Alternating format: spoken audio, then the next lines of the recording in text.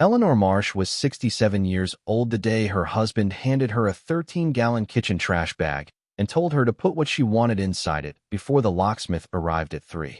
Charles had written her name on the side of the bag in black permanent marker in the careful block letters he used for shipping labels.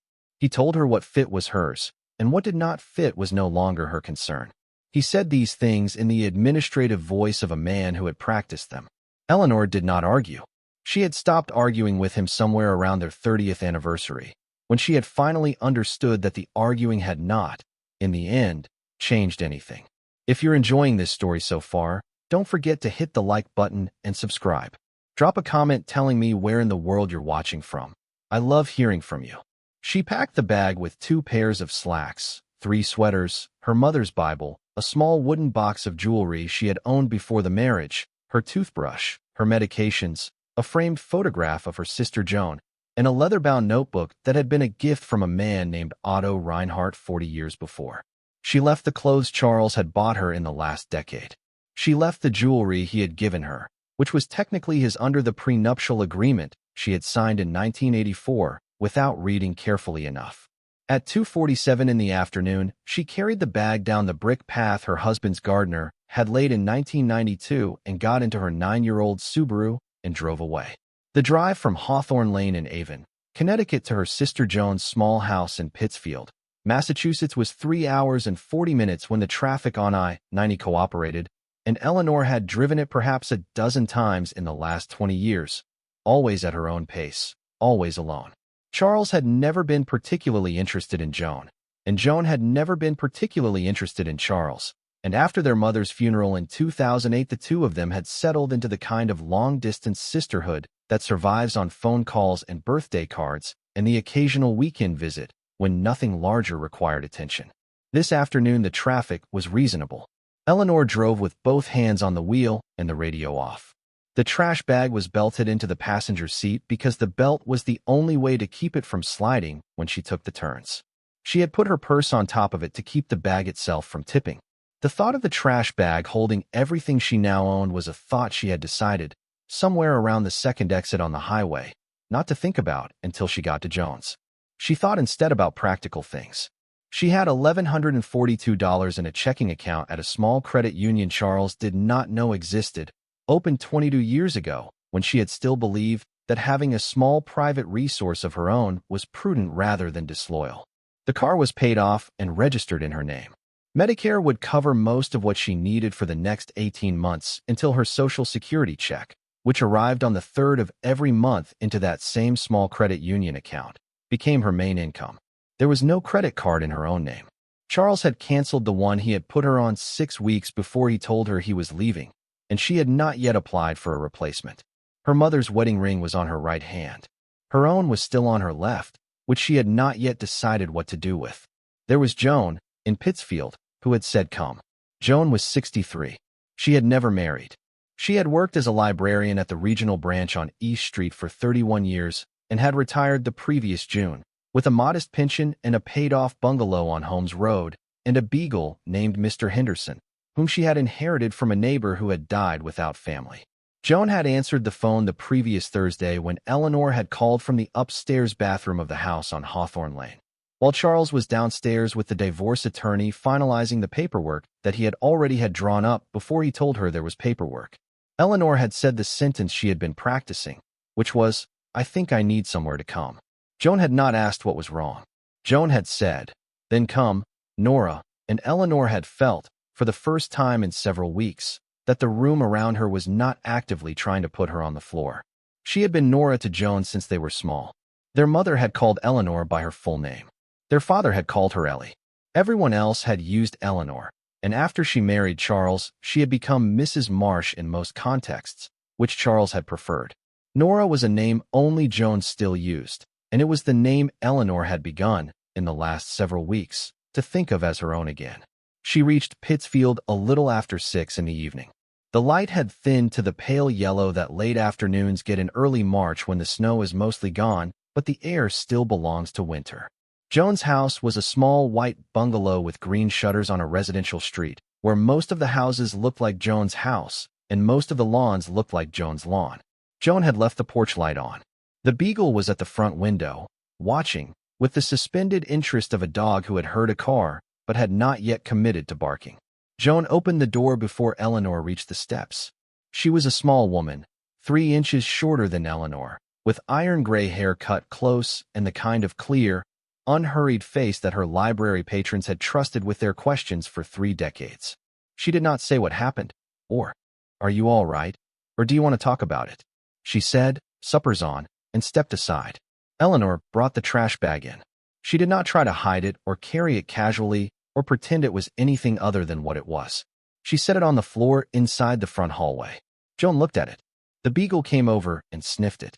Joan put her hand on Eleanor's shoulder for exactly the length of time it would take to count to 4, which was the length of an embrace they had been giving each other since their mother's funeral, when they had agreed without saying so that anything longer would undo them both. Then Joan said, "The spare room's made up, and Mr. Henderson sleeps with whoever's the saddest, so I imagine you'll have company tonight."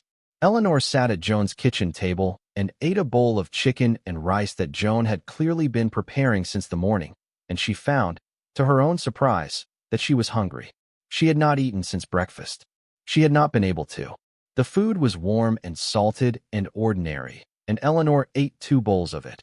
And afterwards she sat with her hands wrapped around a cup of tea and looked at the table and listened to Joan tell her, in a slow, deliberate, undemanding way, about Mr. Henderson, and about a quilt Joan had been working on for 2 years, and about a leak in the upstairs bathroom that the landlord across the street had finally agreed to look at.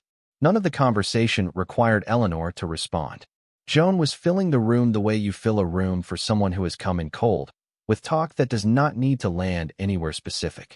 After a while, Eleanor said, "I'm sorry to arrive like this." Joan said, "No, you're not, and I'm not, and we're not going to start saying things like that to each other now." Eleanor laughed. It was a small, surprised laugh, the kind that escapes before you have decided whether laughing is appropriate. Joan smiled at her over her own cup of tea. The beagle put his head in Eleanor's lap. That night, Eleanor slept in the spare room at the back of the bungalow, in a single bed under a quilt that Joan had made herself from squares of fabric that had once been their mother's house dresses.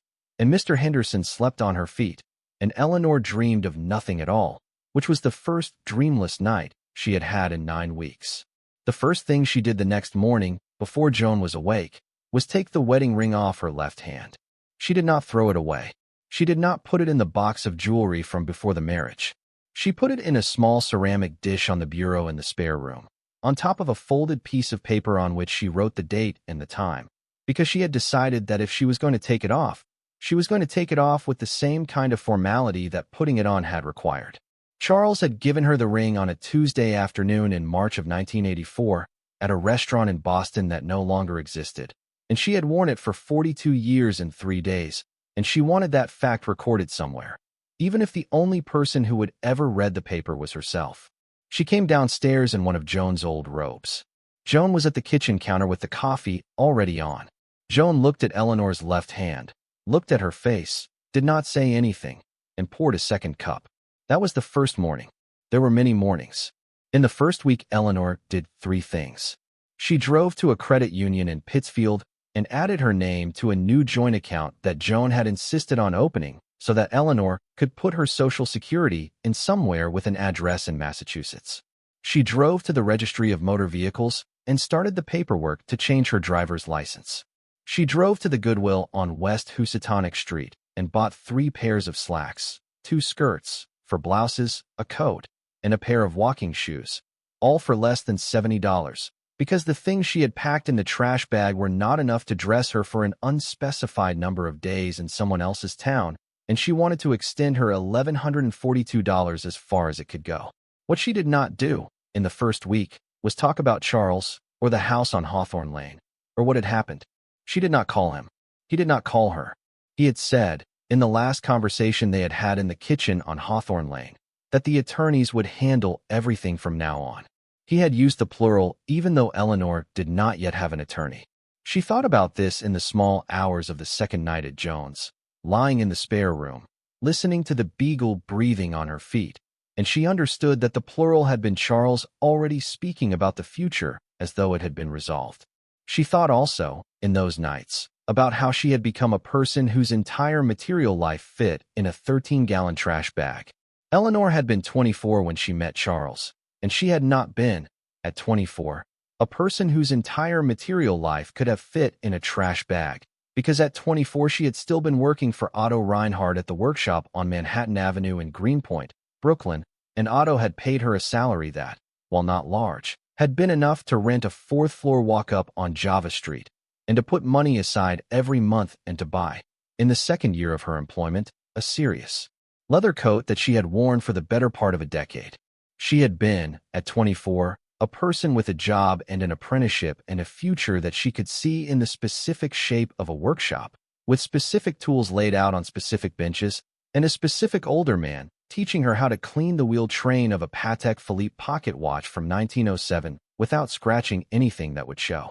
She had met Charles at a wedding she had not wanted to attend. The bride had been a college roommate, Susan Vey, who was marrying into a Boston banking family, and the wedding had been held in a hotel on the Common, and Eleanor had gone because Susan had asked her to read a poem during the ceremony. Charles had been a groomsman, 3 years out of Yale, 28 years old, employed at one of the smaller investment houses on State Street.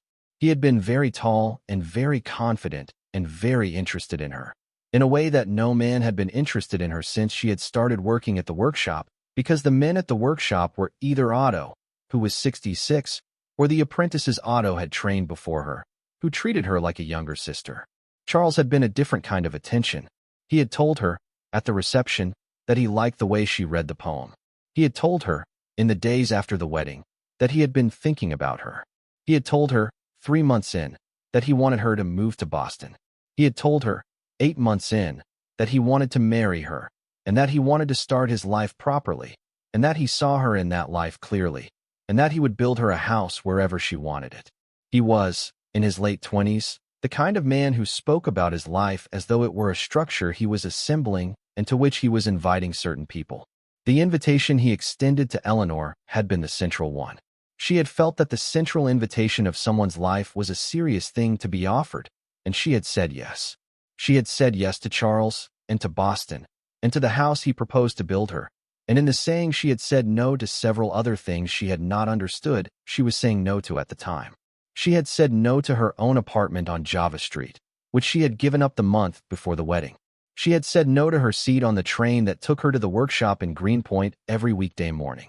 She had said no to Otto, in a long, careful conversation in the workshop in November of 1984, in which Otto had listened to her explain her decision and had said, finally, that he was sad, but that he understood, and that he would always have a place for her if she ever wanted to come back. She had cried. Then, sitting on the wooden stool he kept for visitors near the door, and Otto had put a hand on her shoulder, in the same brief, unsentimental way Joan would 42 years later, and he had said, "You go and you live, Nora, and you come back if you ever need to." She had not gone back. Not really. She had visited him 3 times in the next 10 years, always alone, always on weekday afternoons when Charles thought she was at the dentist or having lunch with a college friend. She had stopped going after Otto closed the workshop in 1994, when his eyesight had failed enough that the precision work was no longer safe for him, and she had lost track of him in the years that followed because Charles had not approved of Otto, and Eleanor had not had the energy to fight that particular disapproval against the larger weight of all the others. Otto had died in 2003. She had read about it in a small notice in the back of a horological trade publication that she had subscribed to in her own name for the first 10 years of her marriage, and that Charles had eventually convinced her was a waste of money.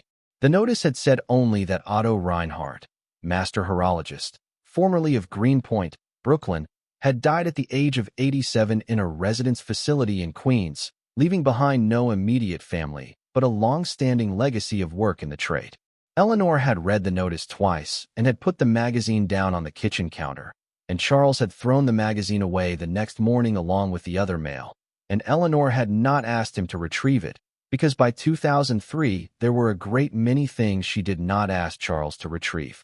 She thought about Otto often, in those first weeks at Joan's. She did not know why. He had been dead for 23 years. She had not seen him in person in 32. The workshop on Manhattan Avenue, she assumed, had been gutted and rebuilt and turned into something else, because that was what Greenpoint had become. The Otto she remembered, with his small German accent and his hand-pressed white shirts and his absolute refusal to use anything resembling a modern tool when an older one would do, had become a person who existed only in her memory and in the leather-bound notebook he had given her on the day she left, which was the notebook she had taken with her in the trash bag. The notebook was inscribed on the inside cover in Otto's narrow, careful handwriting. For Nora, die das sehen wirst. Translation, for Nora, who understands seeing. The rest of the notebook was empty. He had given her 240 blank pages and an inscription, and he had told her, in the last conversation in the workshop, that the pages were for whatever she eventually decided to make in her life, and that he wanted her to write it down somewhere where she could find it later if she needed to. She had not written in it. In 40 years, she had not written one word in it. She had kept it on a shelf in the closet of the house on Hawthorn Lane, behind a stack of guest towels, in a place Charles never looked, and twice a year she had taken it out and held it and put it back. On the day Charles handed her the trash bag, the notebook had been the third thing she had put into it, after the Bible and the wooden box. She was not sure, in those nights at Joan's, why she had kept it. She was beginning to think it had been because she had not wanted to forget that there had been a Nora once, who had been someone Otto Reinhardt had believed could understand seeing. The mornings at Joan's settled into a shape. Joan was an early riser. Eleanor was, too, but for 40 years she had risen quietly and made her own coffee and read in the breakfast room until Charles came down, because Charles had not liked being talked to before he had read the financial section. At Joan's, Eleanor came down to a kitchen where Joan was already sitting at the table with a crossword and a cup of coffee, and the conversation, if there was conversation, was about the weather or about Mr. Henderson or about a book Joan had been reading the night before. There was no agenda. There was no audience. There were no rooms to manage, no events to attend, no calendars to coordinate. Eleanor had not realized, until she was inside it, how much of her marriage had been the management of an audience. In the second week, she began to apply for things.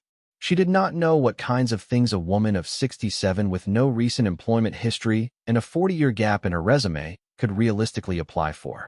She tried the library, because Joan had a friend who managed acquisitions, and she filled out a form for a part-time clerical position that paid $16.20 an hour. She tried the front desk of a small bed and breakfast on the edge of town that needed weekend coverage. She tried a clothing consignment shop on North Street that had a sign in the window. The library acknowledged her application with a polite email. The bed and breakfast had hired someone 2 days before she came in. The consignment shop said they would call. They did not call. She also began to cook. She had cooked, for 42 years, the kind of meals Charles had wanted her to cook, which had been the meals of a man whose social standing required certain dishes to appear at certain dinners. She had cooked beef Wellington and coquilles St. Jacques and roasts and reductions, and consommes that took 6 hours to clarify. At Joan's, she cooked stews. She cooked the kind of slow, simple, layered meals that her mother had cooked, in a small enameled pot of Joan's that had once belonged to their grandmother. She cooked lentils with bay leaves and onions. She cooked chicken with prunes. She cooked a beef and barley stew on the third Sunday that filled the bungalow with a smell that made Joan come out of her reading chair and stand in the kitchen doorway with an expression Eleanor had not seen on her sister's face since they had been girls. "That smells like Sundays at the lake house," Joan said. "It's Mom's," Eleanor said. "I don't remember when I learned it. I just remember it." Joan was quiet for a moment. She said, "I haven't smelled that smell in 50 years. I haven't made it in 40, Eleanor said. They ate the stew at the kitchen table with bread that Joan had bought from the bakery on Elm Street, and afterwards Joan went out and bought a notebook of her own, a plain composition notebook with a black and white cover, and she sat at the kitchen table and she said to Eleanor, "Will you tell me how you made it? Step by step. I want to write it down." And Eleanor, sitting across from her with her hands wrapped around a fresh cup of coffee, began to tell her sister how to make the only thing she had cooked in the past 2 months that she had actually wanted to eat. It was in the third week at Joan's that the stranger came to the door. It was a Tuesday morning in late March. The snow had finished the week before and the lawns on Holmes Road had begun the muddy, uncertain transition into the first true spring grass. Joan had driven out to the regional library to return a stack of books and to have lunch with her old colleague. Eleanor was at the kitchen table with a cup of coffee and the application form for the consignment shop, which had emailed her, finally, to say they would reconsider her for a different position if she could come in for an interview the following week. The doorbell rang at 10 minutes past 11. Eleanor was not expecting anyone. Joan was not expecting anyone, either, or she would have mentioned it. Eleanor walked to the front door and looked through the small glass panel beside it, and saw a man on the front step she had never seen before. He was perhaps 60, gray-haired, in a dark wool coat that was too warm for the day, holding a leather portfolio in his left hand and what appeared to be a manila envelope in his right. He was not selling anything. People selling things stood differently. He was waiting with the steady patience of a man who had been told to wait. She opened the door 6 inches. "Yes," she said. "Mrs. Marsh," the man said. He paused, as though correcting himself. "Mrs. Eleanor Marsh." "Yes," she said again. "My name is Walter Briggs," the man said. "I am an attorney with the firm of Briggs, Hollander & Vey in New York City. I am here on a matter that I expect will be unfamiliar to you, and I apologize for arriving without an appointment. But I had reasons for choosing this particular morning that I hope I can explain to your satisfaction." He had a careful, professional voice, the voice of a man who had spent 40 years in rooms where words had legal weight. He did not smile. He did not offer his hand. He simply waited, in his too warm coat, on Joan's small concrete step, with the portfolio in his left hand and the envelope in his right. "I'm sorry," Eleanor said. "I don't know what this is about." "I expected that," Mr. Briggs said. "Mrs. Marsh, may I come inside? What I have to discuss with you is not something that should be discussed on a doorstep, and it will, I think, require you to sit down." Eleanor stood for a moment in the doorway with her hand on the frame. She thought, very briefly, about closing the door. She thought also that no one knew where she was except Joan, and the people at the credit union and the registry of motor vehicles, and Charles, who had her sister's address from the lease he had once signed as a co-signer when Joan was renting an apartment in Stockbridge in 1996. The thought that Charles had sent this man crossed her mind and was rejected immediately. Charles would not have sent a stranger. Charles would have sent his own attorney with a phone call ahead of time and a coffee in his hand and a pleasant lie about being in the neighborhood. Mr. Briggs was not from Charles. Mr. Briggs was something else. She opened the door the rest of the way and let him in. He came into the small front hallway with the polite hesitation of a man entering a stranger's home. She gestured to the living room, which was to the right of the front door, with Joan's 2 armchairs and the small sofa and the low coffee table on which Joan kept a fresh issue of The New Yorker and a coaster shaped like a maple leaf. Mr. Briggs sat on the sofa. Eleanor sat in the armchair closest to the door because the position of the armchair felt important. The beagle, asleep on the rug, opened one eye, considered the situation, and closed it again. Mr. Briggs set the portfolio on the coffee table. He kept the envelope in his lap. "Mrs. Marsh," he began, "I represent the estate of a man named Otto Reinhardt, who died in Queens, New York, on the 3rd of February, 2003. I believe you knew him." Eleanor felt the small bones in her hands go cold. "Yes," she said, "I knew him." "You worked for him," Mr. Briggs said, "at his workshop on Manhattan Avenue in Greenpoint, Brooklyn, from August of 1982 until November of 1984. You were his apprentice." "I was," Eleanor said. Mr. Briggs nodded once, as though confirming a fact in his own file.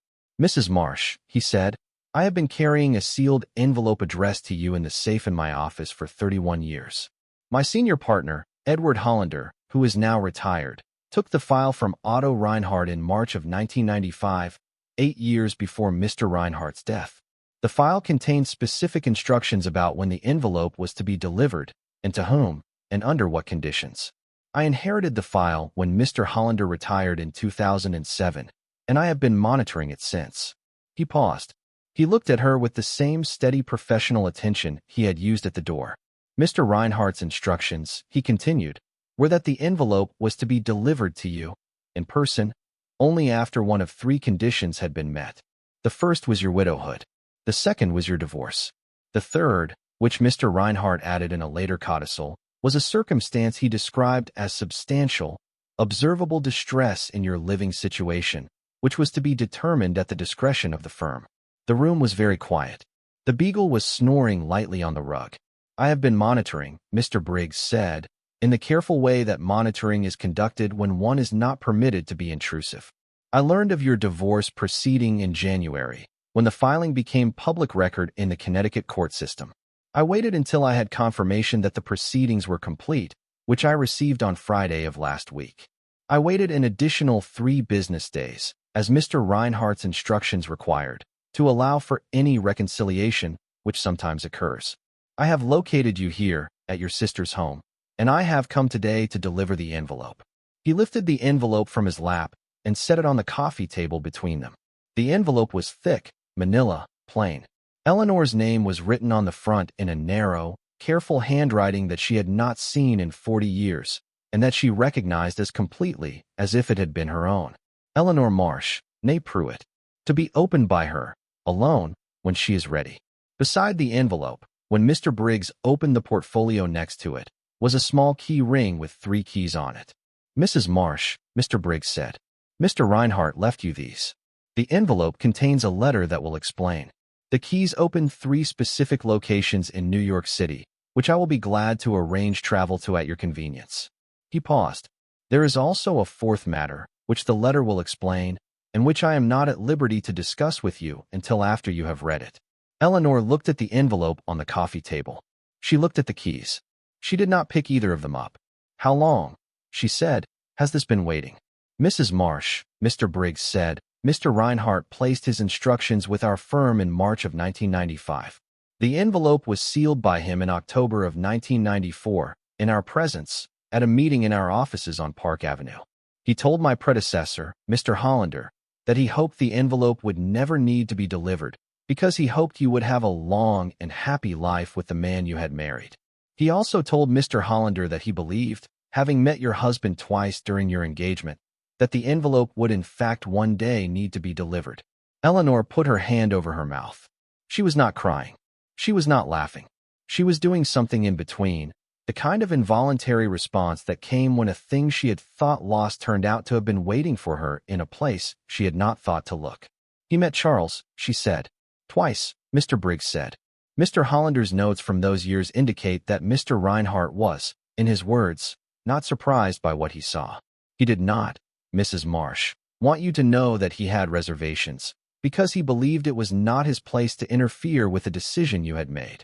He wanted only to leave you something that would be there if you ever needed it. The room held the kind of silence that happens when a great deal of furniture in someone's life is being moved without their participation. Eleanor sat in Joan's armchair and looked at the envelope and the 3 keys, and she felt, in her chest, the slow beginning of something she had not allowed herself to feel in a very long time, which was the feeling of being remembered. Otto Reinhardt had remembered her. For 31 years, in a sealed envelope in a safe in an office on Park Avenue, Otto Reinhardt had been remembering her. Mr. Briggs, who had clearly conducted enough of these meetings in his career to know when to fill silence and when not to, did not fill this one. He waited. The beagle stretched in his sleep. From the kitchen came the faint tick of Joan's wall clock, which Joan had been meaning to wind for a week. Finally, Eleanor said, "Do I open it now?" "That is entirely your choice," Mr. Briggs said. "Many people in your position, in my experience, prefer a few hours or a few days to prepare themselves. The envelope is yours. You may open it whenever you like. I am available to you at any time." He produced a business card from inside the portfolio and set it on the table beside the envelope. "My direct line is on the card. There is also a cell number on the back. I urge you to call me when you have read the letter, or before, if you have questions I can answer in advance." He stood. He retrieved the portfolio. He left the envelope and the keys on the table. He walked to the door, and Eleanor walked with him. At the door he turned. "Mrs. Marsh," he said, "I should mention that the 3 keys are to locations I will need to escort you to personally, both for purposes of access and because Mr. Reinhardt's instructions specified that I, or my designated successor at the firm, were to be present at the openings." He paused. 2 of the 3 locations are in Brooklyn. The 3rd is in Manhattan. I would expect, if you decide to proceed, that the visit would take a full day. I have arranged my schedule to be available any day this week or next that is convenient to you. "Thank you," Eleanor said. The 2 words were small and inadequate, but they were the only ones she had. Mr. Briggs nodded once. He stepped out onto the front porch. He paused at the bottom step and looked back, and his face, which had been entirely professional for the last 20 minutes, softened for just a moment. "Mrs. Marsh," he said, "I never met Mr. Reinhardt myself. He died 4 years before I inherited the file. But Edward Hollander, my senior partner, told me about him several times over the years, because the file was unusual in our practice, and Edward had liked him very much. Edward told me once that Mr. Reinhardt was the most patient and the most loving person he had ever worked with, and that whatever was in that envelope, he believed, was probably the truest letter Edward had ever notarized." He nodded once more. He walked to his car, a dark sedan parked at the curb. He got in. He drove away. Eleanor stood in the open doorway for a long time after the car had disappeared. The beagle came up behind her and pressed his nose against the back of her knee. The wind moved across the front lawn, which was beginning to think about being green. From somewhere down the street, a child laughed and a dog answered, and the world continued to do whatever the world did when no one was watching it closely. Eleanor closed the door. She walked back into the living room. She sat down in the armchair. She looked at the envelope on the coffee table and the 3 keys on the small ring beside it, and the business card with Mr. Briggs's direct line. She did not open the envelope immediately. She had told herself, walking back from the door, that she would wait until Joan got home, because Joan should be in the house when she read whatever Otto had written to her 31 years ago. But she sat in the armchair for a long time with her hand resting on the envelope, the way you might rest your hand on the surface of something hot before you decided whether to pick it up, and the longer she sat, the more clearly she understood that she was not waiting for Joan. She was waiting because she did not yet know how to be the kind of person who received a letter like this. She had been, for 42 years, a person to whom things were given by Charles, or withheld by Charles, or arranged around Charles. To receive something that had nothing to do with Charles, something that had been put aside for her decades before Charles had even begun to dismantle the marriage, was to receive something from a version of her life she had thought was permanently behind her. She had been Nora at 24, and she had been Mrs. Marsh at 25, and she had been Mrs. Marsh for 42 years, and now, in Joan's living room in Pittsfield, Massachusetts, on a Tuesday morning in late March, she was being given back a piece of Nora that someone had carried for her for the entire span of the marriage. She picked up the envelope. The seal was the old kind, red wax, pressed with a small mark she did not at first recognize. She looked closer. It was the mark Otto had used on the inside cover of every watch he restored, a tiny initialed, or inside a circle, the size of a fingernail. She had not seen the mark in 40 years. She slid her finger under the flap and broke the seal. Inside the envelope were 2 things. The first was a folded sheaf of papers, perhaps 8 pages, written in Otto's narrow, careful hand on the same kind of lined paper he had always used for his work notes. The second was a smaller envelope, also sealed, on which Otto had written, in the same handwriting, "Open this 1 second." Eleanor unfolded the larger sheaf of pages and began to read. "Liebe Nora, if you are reading this, then something has gone the way I feared it might go, or your husband has done you a kindness you do not deserve and has died first, or you have decided that you cannot continue with the man I met in 1984. I do not know which of these has occurred. I am writing in October of 1994, 10 years and 1 month after you left the workshop, and I am writing because I have decided that I want to leave you something that will be there for you whenever you need it, regardless of which of those 3 things eventually brings you to this letter. I want you to know first that I have always thought of you as the best apprentice I ever had. You came to me at 22 with no training, and within 6 months you were doing wheel-train work that men I had trained for 5 years could not do. You had the gift that cannot be taught, which is the gift of patience with small things. I told you once that you understood seeing. I meant by that you understood that the world is mostly made of things smaller than you, and that to do good work you have to be willing to slow down enough to see them clearly. Most people are not willing. You were. You always were. When you came to me in the workshop in November of 1984 to tell me you were going to marry the young man from Boston, I did not say what I thought. I said only that I was sad and that I understood. What I thought, Nora, and what I am telling you now because I am old and I have nothing to lose by telling you, was that the young man from Boston did not understand seeing. He was, when I met him at our small dinner before the wedding, a man who looked at me the way certain men look at people they have decided are beneath them, which was a look I had seen in Germany when I was young, and which I recognized immediately. He was very polite. He was very charming. He looked at you. Also, when he thought you were not watching, with the same look. He looked at you as though he was assessing the value of something he was about to purchase. I did not tell you this. I should have. It was not my place. You were 24 years old and you had made up your mind.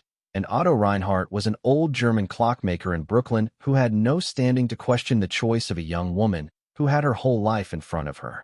So I said what I said, and you left, and I went back to my workbench, and for the next 10 years I waited to hear that you were happy. I did not hear it. I heard, instead, through the small things you said in the few visits you made, that you had become someone smaller than the person who had left my workshop. You did not say it. I do not think you knew you were saying it. But I knew, because I had spent 50 years learning how to look at small things, and you were a small thing I had not stopped looking at. In 1994, when I closed the workshop because my eyes would no longer let me do the work, I went to Mr. Hollander at his office on Park Avenue, and I told him I wanted to make an arrangement. He drew up the papers. I signed them. I sealed this letter. I told him that I hoped it would never need to be delivered. I have been telling myself that for the past month, and I will tell myself that for whatever number of years remain to me, which I suspect will not be very many. Nora, the keys you have been given open 3 places. The first is the workshop on Manhattan Avenue. It is still there. I have kept it.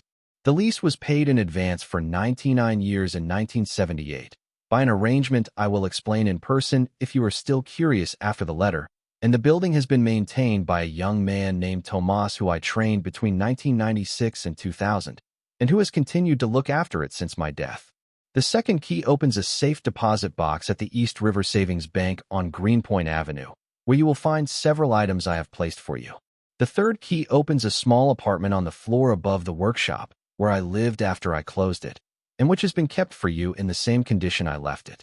The second envelope, which is sealed inside this one, contains a list of items at each of those 3 places and an explanation of how I have arranged for them to come to you. Please do not open the second envelope until you have decided to go to New York. The list is detailed and is not, I think, easily understood without first standing in the rooms it describes. There is one more thing I want to say, and I am going to say it plainly because I have learned in my old age that plainness is the only kindness left to me. You were never small, Nora. The man you married could not see you because he was not the kind of man who looked at things long enough to see them. That was his failure, not yours. I have left you what I have left you because I want you, when you read this, to remember that there was someone in your life who saw you clearly, and who believed that whatever you eventually did with the years after his death, you would do well, because you were a person who understood seeing. MIT Aller Liebe. Otto. Eleanor read the letter 3 times. The first time she read it, she did not cry. The second time she did not cry either. The third time she put the letter down on the coffee table and folded her arms across her chest and made a sound she had not made in 40 years, which was the sound of being seen. When she finished, she sat for a long time in Joan's armchair with the envelope and the 3 keys and the unopened second envelope on the table in front of her. The afternoon light moved across Joan's small living room. The beagle came and put his head on her foot. From the front yard, the sound of a sparrow. She did not open the second envelope. She had not yet decided. But she picked up Mr. Briggs's business card and turned it over in her hands, and she thought about a workshop on Manhattan Avenue in Greenpoint, Brooklyn, and a man named Tomas, and a safe deposit box at a bank on Greenpoint Avenue, and a small apartment on a floor above a workshop, and a sealed letter from a man who had been dead for 23 years and who had, for the past 31, been carrying a piece of her life for her. She thought about Charles, briefly. She thought about the trash bag. She thought about the locksmith who had arrived at 3 o'clock on a Tuesday 3 weeks ago at the house on Hawthorn Lane, and who had changed the locks while Charles watched.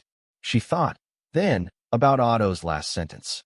You were a person who understood seeing. When Joan came home at 4:30 in the afternoon with 2 paper bags of groceries and a story about the regional library, Eleanor was still in the living room with the envelope in her lap and the keys on the coffee table and the beagle asleep across her feet. Joan stopped in the doorway with the bags still in her arms and looked at her sister and at the keys and at the wax seal lying broken on the coffee table. Nora, Joan said. I have something to tell you, Eleanor said. She told her. The whole afternoon, with all its slow specifics. Mr. Briggs at the door. The envelope. The letter. Otto. In his workshop in Greenpoint in 1994, taking the long view of a marriage he had seen only twice and had nonetheless understood. The keys. The arrangement. The 31 years of waiting. Joan listened without interrupting. She put down the grocery bags at some point during the telling. She sat on the small sofa across from Eleanor with her hands folded in her lap. When Eleanor finished, Joan was quiet for a long moment. Then Joan said, "When are you going?" Eleanor looked at her sister. "I think tomorrow," she said. Joan nodded once. "I'm coming with you," she said. Eleanor smiled. It was a small, surprised smile, the kind that escapes before you have decided whether smiling is appropriate. "I was hoping you would say that," she said. That night, while Joan washed the dishes and Mr. Henderson lay on the rug in the kitchen, Eleanor sat at the small desk in the spare room and opened the leather-bound notebook that Otto had given her in November of 1984, the notebook that had been empty for 40 years. She took a pen from the cup on the desk. She uncapped it. She held it above the first blank page for a long moment. Then she wrote, in her own narrow, careful handwriting, the first sentence she had written in that book in 40 years. Today the envelope came. She closed the notebook. She set down the pen. She turned off the lamp.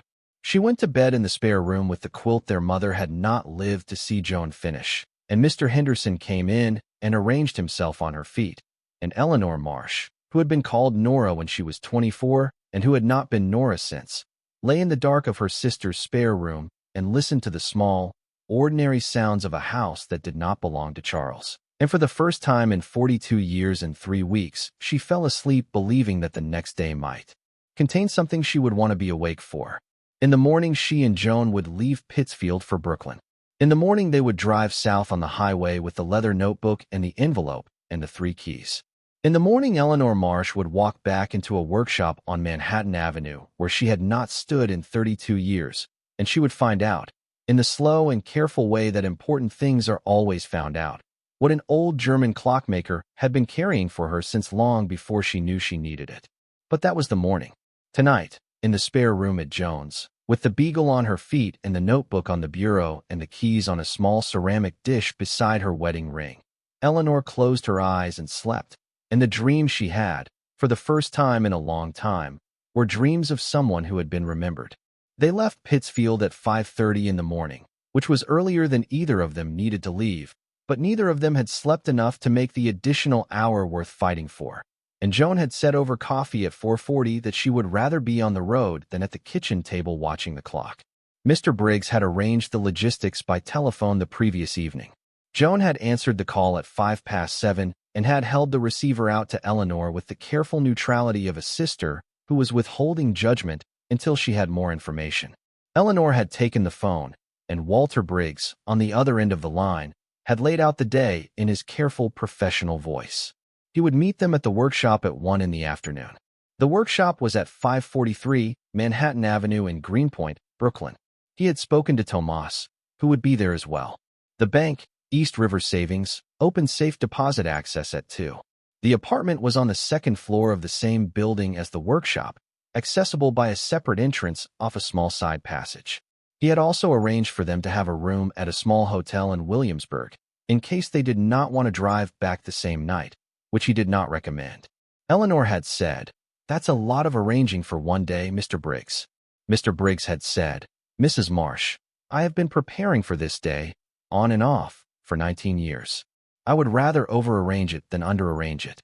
Eleanor had thanked him and hung up the phone, and she and Joan had eaten the supper Joan had warmed up from the night before, and they had gone to bed early, and now they were on the road at 5:30 in the morning with the leather notebook and the envelope and the 3 keys in Eleanor's handbag, and Mr. Henderson watching from the front window with the suspended bafflement of a beagle who could not quite believe that the schedule he had finally adjusted to was being violated this way.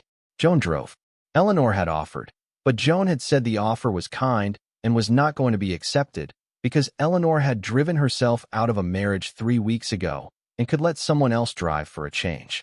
They took the Mass Pike to the Taconic and the Taconic down through Putnam County to the Sprain Brook and across the Triborough into Queens. The early light came up gray and pink over the Hudson somewhere around 6:30. By 8 they were past the Bronx and into the long, slow southward crawl that was Manhattan traffic on a Wednesday morning. And Joan put on the radio for the first time in the trip, and they listened to classical music from a station out of Newark that Eleanor had not heard since she was 23. They had a small breakfast at a diner in Long Island City a little before 9. Eleanor was not hungry, but Joan made her eat a piece of toast and half a poached egg, on the grounds that whatever was waiting for them in Greenpoint was a thing better met with food in the stomach than without. The waitress was Polish and friendly and asked them, in a voice that suggested she asked everyone, whether they were sisters, and Joan said yes. And the waitress smiled and brought them a small extra dish of fruit on the house. By 10, they were sitting in Joan's car in a small public parking area off Driggs Avenue, 2 blocks from the workshop, with 2.5 hours to spare before their appointment with Mr. Briggs. Eleanor had not wanted to arrive any earlier. She had said, in the car, that she would rather sit in a parked car for 3 hours than walk past the workshop in advance of the meeting and see the door from the outside without being able to open it. Joan had said, fair enough, and parked. They sat in the car. The neighborhood around them had changed in a way Eleanor could feel without being able to articulate. The wholesale meat companies and the small Polish bakeries and the long vacant lots she remembered from the early 80s had been replaced by coffee shops with names like single words, by boutique grocery stores with prices on the windows, by restored brownstones whose front steps had been repointed and whose front doors were painted in colors she did not associate with any particular era. There were strollers on the sidewalks. There were young men with beards walking dogs that had not been born when she had last walked these streets. The light was the same, though. The light coming off the East River was the same light it had been in 1983. That was the thing she had not expected, the way that the light of a neighborhood was a thing that did not gentrify, that did not change with the businesses on the street level. The light was Otto's light. It was the light she had walked into at 8:30 in the morning every weekday for 2 years, and it had not aged. At 12:15 they got out of the car. They walked the 2 blocks to Manhattan Avenue slowly. Eleanor wanted to walk slowly. Joan walked beside her without commentary, with the patient pacing of a sister who had decided that her job today was to be a presence rather than a participant. At the corner of Manhattan Avenue and Driggs they paused. Eleanor looked up the block. 543 was halfway between Driggs and Norman, on the east side of the street. She could see the building from where she stood. It looked the same. The first-floor storefront still had the original cast-iron pilasters on either side of the door. The upper floors still had the tall, narrow windows with the segmental brick arches. The cornice at the roofline still had the small dentils that Otto had once pointed out to her on her first day, in the small introductory tour of the building that he had given her with the manner of a man showing off an old friend. The storefront sign was gone.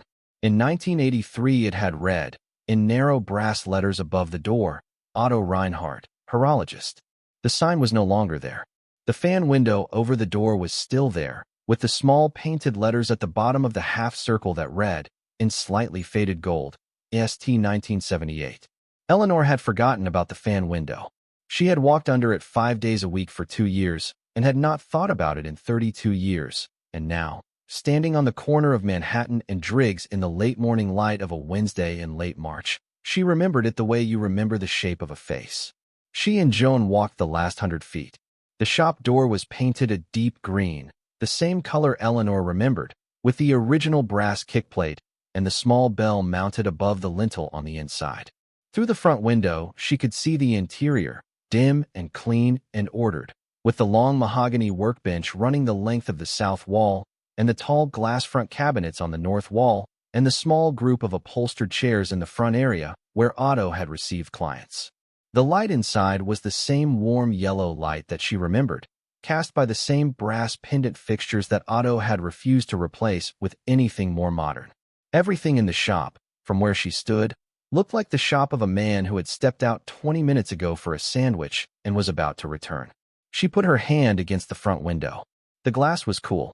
From inside the shop, a man she did not yet know walked into view, saw her, paused, and came to the door and unlocked it.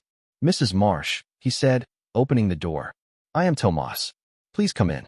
Tomas was perhaps 52 years old, with short dark hair gone gray at the temples and the kind of careful, deliberate face that Otto had always trusted.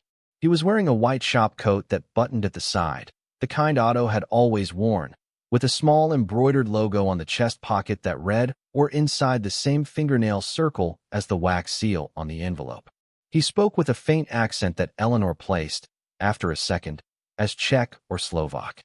He did not offer his hand, because his right hand, she noticed, had a faint smudge of polishing rouge across the knuckle. He stepped back from the door and let them in. Eleanor stepped into the workshop. The smell was the first thing. Old wood, brass, the faint sweet chemistry of oil and benzene.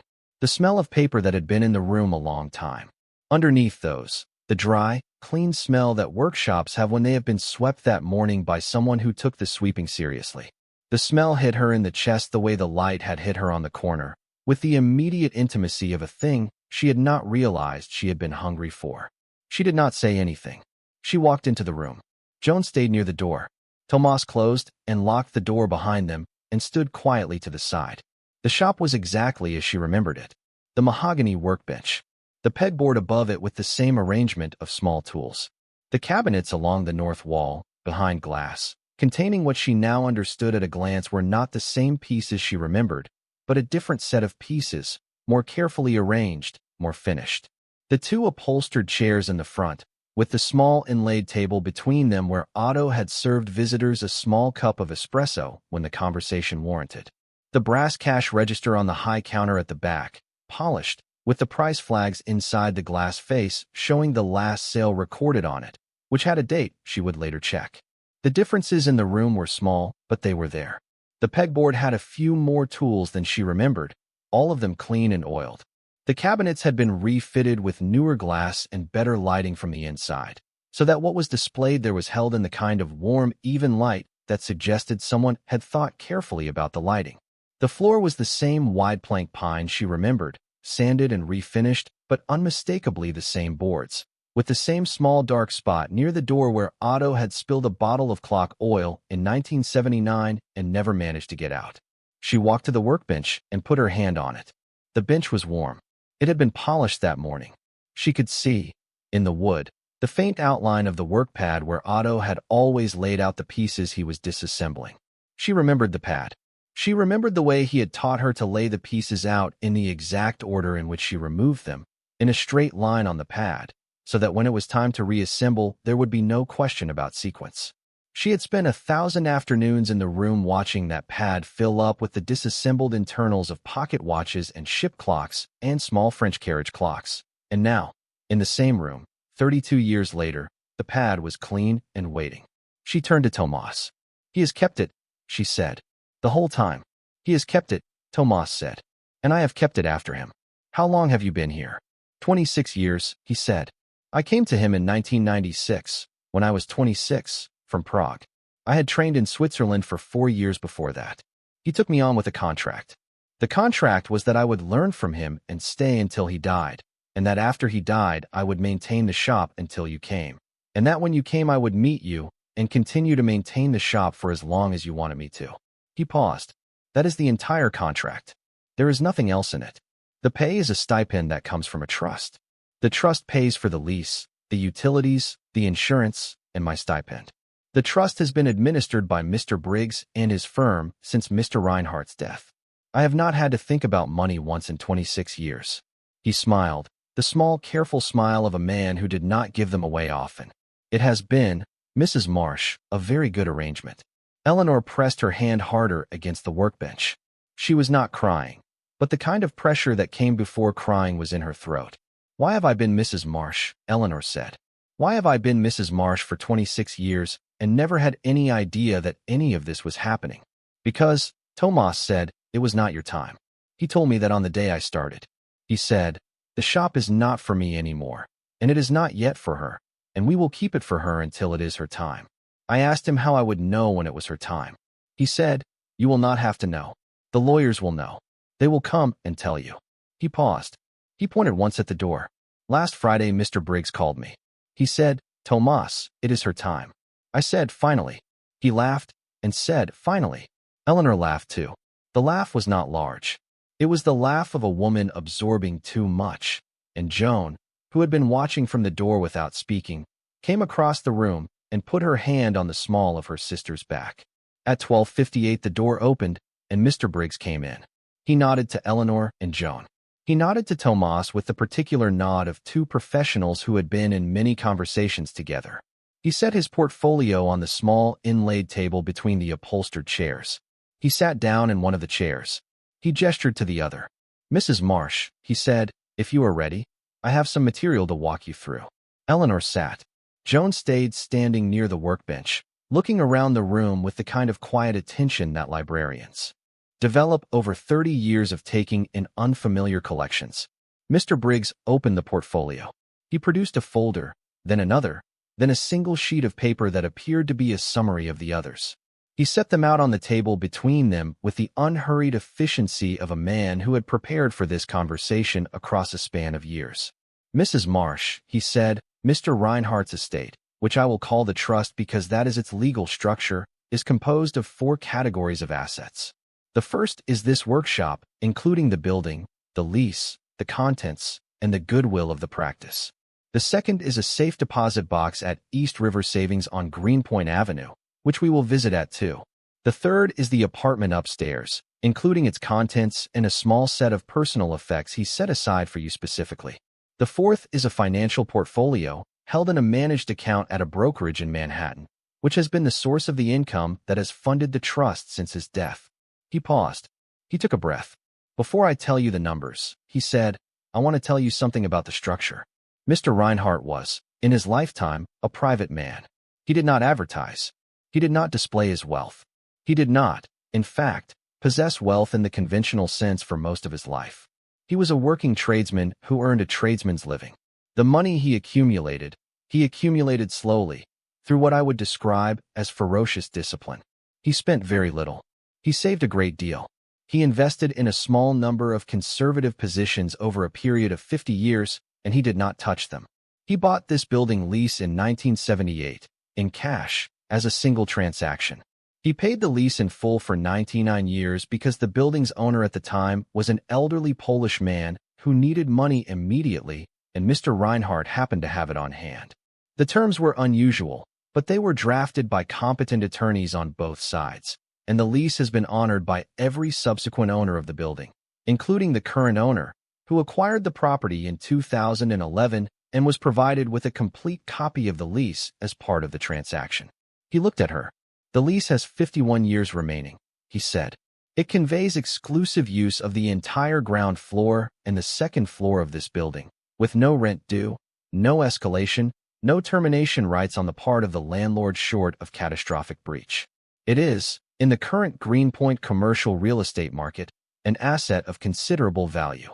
Our most recent assignment of value to that lease, conducted by a commercial real estate firm we engaged last year in anticipation of this conversation, places its current market value at $3,400,000. Eleanor did not speak.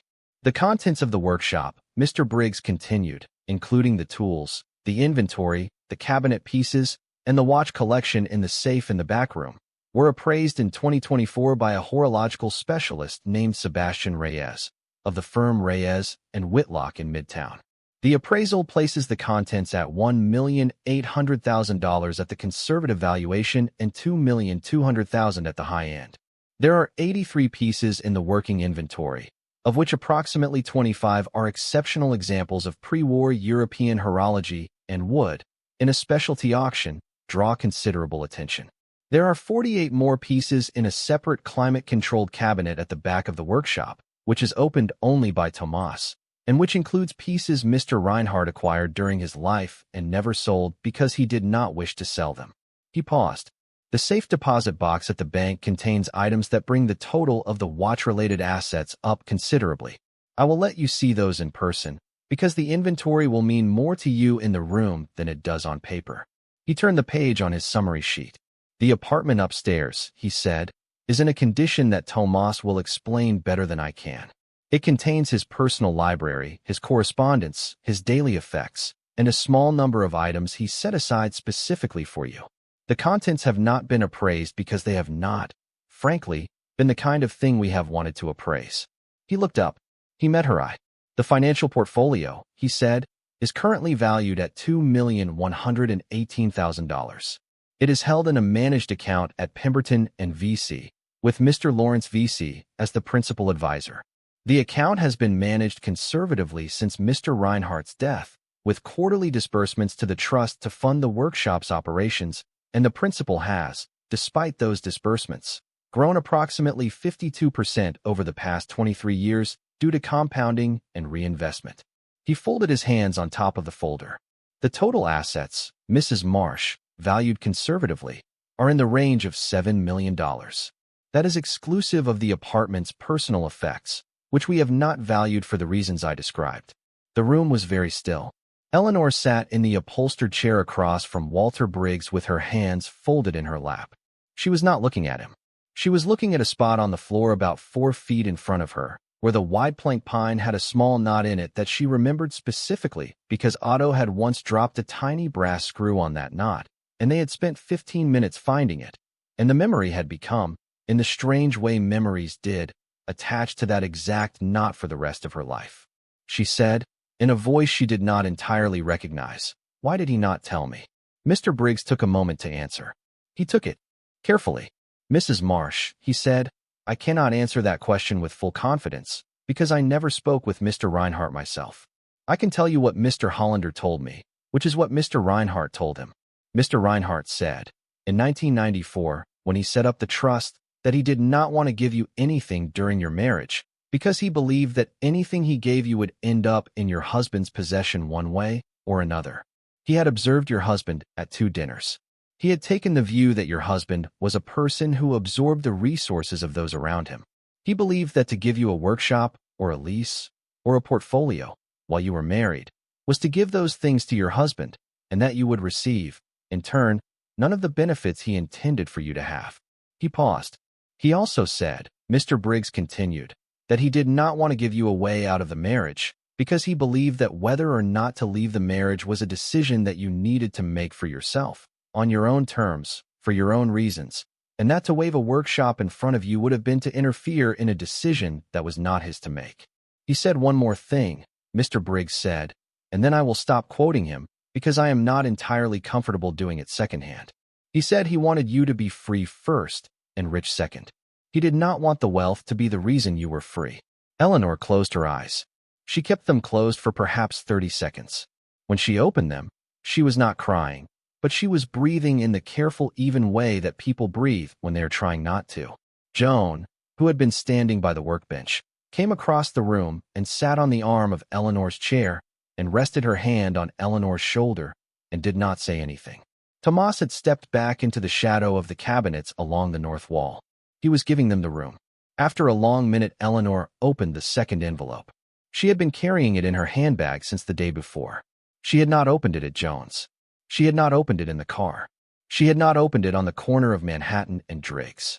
She opened it now, in the upholstered chair across from Walter Briggs, in the workshop she had not stood in for 32 years. Inside were 3 sheets of folded paper, in Otto's handwriting, dated October 1994. The first sheet was a list, in 2 columns, of every piece in the working inventory at the time of the letter, with a brief description of each in Otto's personal notes on provenance. Some of the pieces had been added since the letter, in Tomas's hand, with the same careful annotations. Eleanor scanned the list. She recognized some of the names of the pieces. Vacheron 1907 Hunter Pocket Watch, English Movement, Geneva Case. Carriage Clock, Jacket 1881, 8-day, hour repeating. Ship's Chronometer, Mercer 1923. The list ran for 6 pages on both sides. The second sheet was an inventory of the safe deposit box. Eleanor read it once, and then again, and then she set it down on the small inlaid table between herself and Mr. Briggs, because she was not ready to keep reading. The third sheet was a single paragraph. "Nora, the watches and the clocks are work, and the building lease is property, and the portfolio is money, and I have prepared all of these in the way that someone like me prepares such things, which is carefully and over a long period of time. But the apartment is the thing I want you to come to last. I want you to see the workshop first, because the workshop is where you were, and I want you to see the bank second, because the bank is the thing you will need to understand, and I want you to come to the apartment after that, because the apartment is the part of what I am leaving you that is not work or property or money. It is the part that is closest to a letter in the form of a room. Take your time getting to it. I have waited. I do not mind waiting some more." Eleanor put the third sheet down on top of the other 2. She looked at Mr. Briggs. She looked at Tomas, who had taken her empty silence as a cue to step back into the room. She said, "Would you show me the watches?" Tomas walked her along the cabinets on the north wall. He did not lecture. He did not perform. He moved at her pace, which was slow, with the small pauses of a man who understood that the woman he was walking through the collection had a personal history with the room, and that some of the pieces were going to mean things to her that they did not mean to him. She recognized the first cabinet immediately. It was the cabinet Otto had reserved for what he called his teaching pieces. The pieces he kept not to sell, but to use for instruction. She had spent 2 years working through these pieces. She had taken some of them apart and put them back together more times than she could count. The cabinet held 19 pieces in 1984. The cabinet held 19 pieces now. The same 19 pieces. He kept the teaching pieces, she said. He kept the teaching pieces, Tomas said. He said you might want to see them again. She stood in front of the cabinet for a long time. If you're hooked on this story, make sure to subscribe and turn on notifications so you never miss an upload. Your support means everything and helps me bring you more emotional stories like this one. The second cabinet held the pieces Otto had restored over the course of his career and had kept for himself. Tomas had added to the cabinet during his own time. There were 48 pieces in this cabinet, ranging from a small enamel pendant watch by Bovet from 1880 to a chronograph by Patek Philippe from 1958. Tomas pointed out the pieces gently, with a horologist's economy of explanation. Eleanor looked at each one.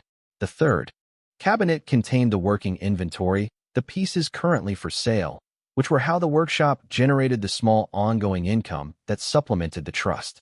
There were 36 pieces in the working cabinet. The prices were on small cards inside each case. Eleanor looked at the prices. They were not small. The least expensive piece was a Hamilton wristwatch from 1942 priced at $8,400. The most expensive was an early Breguet from the 18th century, which she did not pick up the price card for, because she did not want to know. At the back of the shop, behind a small door Eleanor had remembered as a storage closet, Tomas opened a climate-controlled vault. Inside were the 48 pieces that Mr. Briggs had mentioned, in custom-fitted velvet trays. These are the pieces, Tomas said, that Mr. Reinhardt would not sell. He pulled out the first tray. There was a pocket watch in the center of the velvet. It was the watch Eleanor had restored in her last month at the workshop, in October of 1984, when Otto had assigned her a single piece to complete on her own, from disassembly to final regulation, as the capstone of her apprenticeship. The watch was an A. Lang & Son Hunter from 1898 that had come in from a man in Westchester with a complete movement, but a damaged case. She had spent 6 weeks on it. She had not seen it since the day she had handed it to Otto for his final inspection. Eleanor said, "This was mine." "Yes," Tomas said. "He told me, when I started, that this piece was yours, and that no matter what happened, this piece was to stay in the shop until you came back for it. He said, if you came back, you would know which piece it was without being told. He said, if I ever wondered which one she will know it by, this is the one." Eleanor lifted the watch out of the tray with the careful two-hand grip she had been taught in her first month at the workshop, and which she had not used in 32 years, and which her hands remembered without her having to remind them. The watch was cool. The case was the same case she remembered, with the small repair she had made to the bow in her second week of the project, which she could still find by feel. The movement, when she opened the back, was the same movement she had cleaned and regulated and final tested across 6 weeks of careful evening hours. The watch was running. The second's hand was moving. The watch was running because someone had been winding it once a week, every week, for 32 years. Tomas, watching her, said, "He wounded himself for the first 8 years. After that I wound it." Every Wednesday, Eleanor put the watch back in the velvet tray with both hands. She closed the tray. She stood looking at it. She said, after a moment, "I would like to see the bank now." The bank was 4 blocks away. They walked. Eleanor and Joan and Walter Briggs walked together. Tomas remained at the shop. The walk took perhaps 12 minutes, with the slow, steady pacing Eleanor was setting. The afternoon was warmer than the morning had been. The sky was the clear, washed blue of a late March day that had finally decided to be spring. East River Savings on Greenpoint Avenue was a small branch of a regional bank that had been on the same corner since the early 20th century. The exterior was limestone. The interior was marble and brass. The teller windows had the same kind of small fan-shaped grills that Eleanor remembered from her grandfather's bank in New Haven in the 1960s. The safe deposit area was in the basement, accessed through a brass-grilled cage and a small attendant's window. The attendant was a woman in her 50s named Maria Cortez, who had clearly been told they were coming. She greeted Walter Briggs with the recognition of long acquaintance, and Eleanor with the courteous formality of someone being introduced to a person they had been waiting to meet. She walked them through the verification process. Eleanor produced her driver's license. Eleanor signed the access card. Maria Cortez pulled the records of the box, examined them, and led them back through a brass-grilled gate into the vault. The vault was small and very quiet. The boxes lined the walls in 3 rows. Eleanor's box was on the second row, box 457, larger than the standard boxes around it. Maria Cortez produced the bank's key. Eleanor produced the key Otto had left her, which she had picked up from Joan's coffee table that morning and put on a separate ring in her handbag. Both keys went into the 2 locks. Both keys turned. Maria Cortez opened the door of the box and slid out the long steel drawer. She set the drawer on a small wheeled cart and pushed the cart to a private viewing room at the back of the vault, where she left them with the cart and the drawer and a small reading lamp and the closed door. Eleanor and Joan and Walter Briggs stood around the cart. Eleanor lifted the lid of the drawer. Inside were 4 items. The first was a wrapped bundle of currency in a paper band marked in Otto's handwriting. The bundle was thicker than Eleanor had expected. She did not count it. The bundle was paper-clipped to a note in Otto's hand that read, "Emergency cash. Do not deposit. Use as needed." The note was dated 1994. The bills inside the bundle, Eleanor could see at a glance, were a mix of denominations, all worn enough that they would draw no questions at a teller. Walter Briggs said, quietly, $82,000. He counted it 3 years ago. The second item was a flat black velvet case. Eleanor lifted it out and opened it. Inside were 6 pieces of jewelry. A pearl necklace with a small platinum clasp. A pair of garnet earrings. A small brooch with a single emerald. A gold bracelet of European workmanship. A ring with a diamond solitaire. And a small enamel pendant of a woman's face and profile, which Eleanor recognized after a moment as a Russian piece from the early 20th century. The case had a small card tucked inside the lid in Otto's handwriting. "These belong to my mother and my older sister. They came out of Germany with me in 1947. I have kept them safe. They are now yours. I have not had them appraised because they were not, to me, the kind of thing that one appraises. I do not want them sold. I want them kept by you and given, eventually, to whoever in your life is the kind of person who would understand them." Eleanor closed the case very carefully. The third item was a slim portfolio of bonds. Walter Briggs explained without elaboration that the bonds were U.S. Treasury obligations Otto had purchased in 1986 and had reinvested through the bank's services since his death. The current value, Walter said, was $412,000. The fourth item was a single envelope. The envelope was sealed. It was addressed, in Otto's handwriting, Nora, to be opened in the apartment, not before. Eleanor turned the envelope over in her hands. Joan, beside her, made a small sound that Eleanor could not quite read. Walter Briggs said nothing. Eleanor put the envelope in her handbag. They closed the drawer. Maria Cortez returned. The drawer went back into the wall. The brass-grilled gate closed. Eleanor signed out. The 3 of them walked back up the marble steps and out into the afternoon light on Greenpoint Avenue.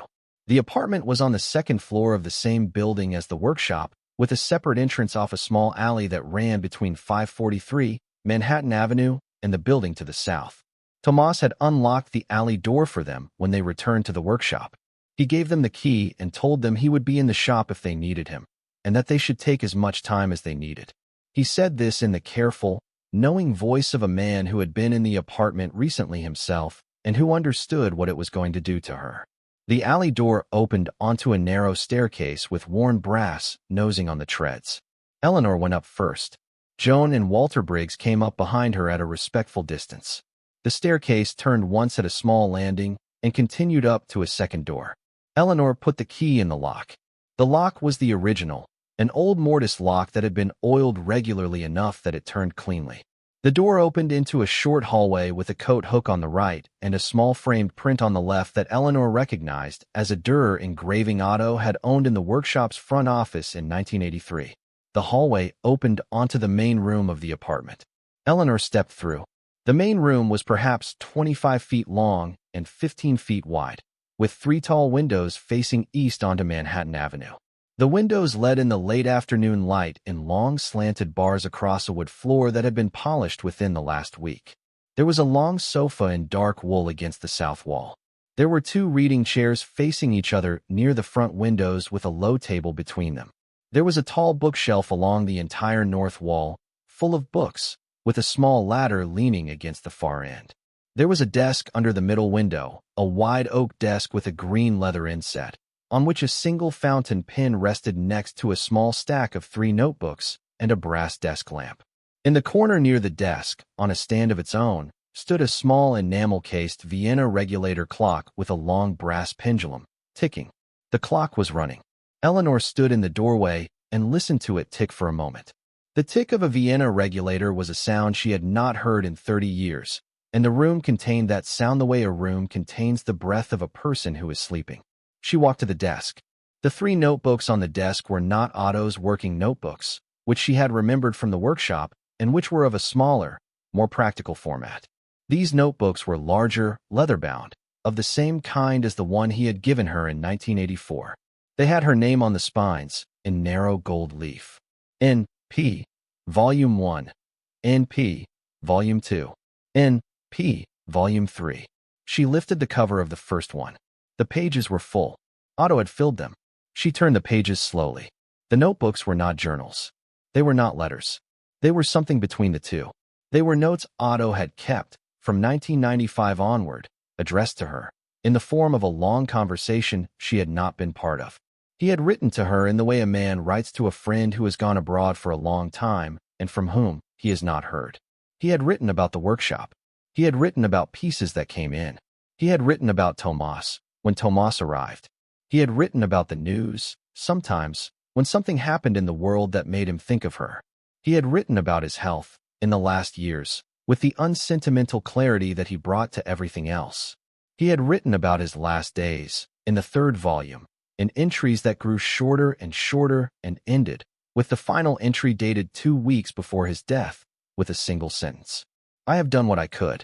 The rest is yours. Eleanor put the notebook down. She walked to the bookshelf. The books were Otto's library. She knew it without looking carefully. The horological reference books on the lower shelves. The German literature in the original on the middle shelves. The English translations of Rilke and Mann and Hesse on a separate shelf, in matching bindings. The slim books of poetry on the top. The art books on the highest shelves, which Otto had read with the close attention he brought to anything he loved. Among the art books, in a small gap between 2 Albrecht Dürer monographs, was a single slim volume that Eleanor recognized as the catalog of a horological exhibition at the Museum of the City of New York that Otto had organized in 1989. She had not known about the exhibition. She had not known Otto had organized it. She pulled the catalog from the shelf. She opened it to the title page. The exhibition had been called The Patient Hand, European Horology in America. It had run for 3 months in the spring of 1989. The catalog had been written by Otto Reinhardt and 4 other horologists. On the dedication page, in print, Otto had written, "For Nora Pruitt, who first taught me what it means to leave the door open." Eleanor sat down in one of the reading chairs near the front windows. She did not read the catalog. She held it in her lap. She looked out the window at Manhattan Avenue, where the late afternoon light was falling on the cast-iron pilasters of the shop below and on the new young people walking past, who did not know what was happening in the apartment above their heads, and who would, if they had known, not have understood the size of what was happening. She opened the second sealed envelope, the one she had taken from the safe deposit box. Inside was a single sheet of paper. "Nora, you are in the apartment. I knew you would come. I am writing this on the night I sealed the envelope downstairs, which is the night of October the 17th, 1994, and I am writing it because there is one more thing I want to tell you that I did not want to say in the larger letter, which I imagined you reading in a public place, perhaps in the office of an attorney, perhaps in some other room where formality required you to maintain your composure. I am writing this to be read in a room where you do not have to maintain anything. The thing I want to tell you is that I have loved you, Nora, in the way a man of my age loves a young woman who has been his apprentice and his friend, which is not a romantic love, and which is nothing in it that is not honorable, but which is a real love, and which has been the central love of the last part of my life. I have loved you the way one loves a person who became, without anyone planning for it, the closest thing to a daughter that one ever had. I never said this to you when you were here. It would not have been appropriate. I never said it in the letter downstairs because I did not want it to be the first thing you read of mine after 30 years of silence. I have waited to say it in this letter, in this room, where you would be sitting in a chair I picked out for you, looking at books I read because I thought you might one day read them, listening to a clock I bought because I knew you would hear it the way I heard it. I am 80 years old as I write this. I have been alone in the world since 1945. I have had friends. I have had colleagues. I have had a few people I would have called dear to me. I have not had family. The closest thing I have ever had to family was the 2 years you were here, in this workshop, learning to do what I taught you. After you left, I waited 10 years to see whether your husband would understand what he had married. He did not. After 10 years, I made the arrangement with Mr. Hollander. After that, I waited. I waited the rest of my life. I would have waited longer if I had been given the time. I want you to know, Nora, that you were loved by someone who paid attention for a long time. MIT Alum. Das mir blieb. Otto. Eleanor sat with the letter on her lap, and she cried. She cried in the long, quiet, undefended way that a person cries when they have not allowed themselves to cry for a long time and the dam has finally given up its resistance. She cried for Otto, and she cried for the years he had been waiting, and she cried for Charles, who had never known what he was married to and would never know. She cried for Nora, who had been 24 in a workshop in Brooklyn and had not understood, then, that she was being seen by someone who would carry the seeing for the rest of his life. She cried for the woman she had been at 50 and at 60, who had stopped noticing that the seeing was missing because she had grown used to the room being dim. Joan sat down in the other reading chair across from her. Joan did not say anything. Joan put a hand on her sister's hand and let Eleanor cry. Walter Briggs, with the discretion of a man who had been in this room before, walked back down the stairs and waited in the alley. After a long time, Eleanor stopped crying. She wiped her face with the handkerchief Joan handed her. She refolded the letter. She put it in her handbag with the other items. She looked at Joan. She said, "I think I am going to stay here tonight." Joan said, "In the apartment." "In the apartment. There is a bed in the back. I can see the doorway from here. Tomas will have made it up. I think Otto wanted me to spend a night in this room before I decided anything." Joan nodded. "Will you stay too?" Eleanor said. "If there is a sofa," Joan said, "I will stay too." "There is a sofa," Eleanor said. "There is a sofa right there." They sat for another long while in the chairs by the front windows, watching the light change over Manhattan Avenue. Around 5:30, Walter Briggs came back up the stairs and stood in the doorway and asked, quietly, whether they had everything they needed. Eleanor told him they were going to stay the night in the apartment. Walter Briggs said he had expected that, and that he had arranged for a small dinner to be delivered at 6, and that he would return in the morning at 9 to walk them through the next steps. He left the keys to the apartment with Eleanor. He paused at the door. "Mrs. Marsh," he said, "there is one more thing." Eleanor looked up. "The fourth matter I mentioned at your sister's house," Mr. Briggs said. "The financial portfolio. I want you to know that the portfolio, in addition to its principal, has been generating an income stream throughout its life. The income stream is the source of the funds that have run the workshop.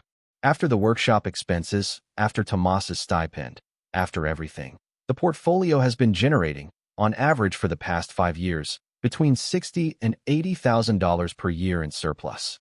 That surplus has been accumulating in a separate account at the brokerage. It is currently at approximately $340,000. The funds are available to you upon authorization. They do not require sale of any of the principal assets. They are, in effect, your operating budget."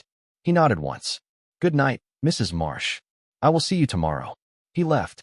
Eleanor sat in the chair by the window for a long time after the door closed. The Vienna regulator ticked in the corner. The light on the wood floor turned from yellow to amber to pink.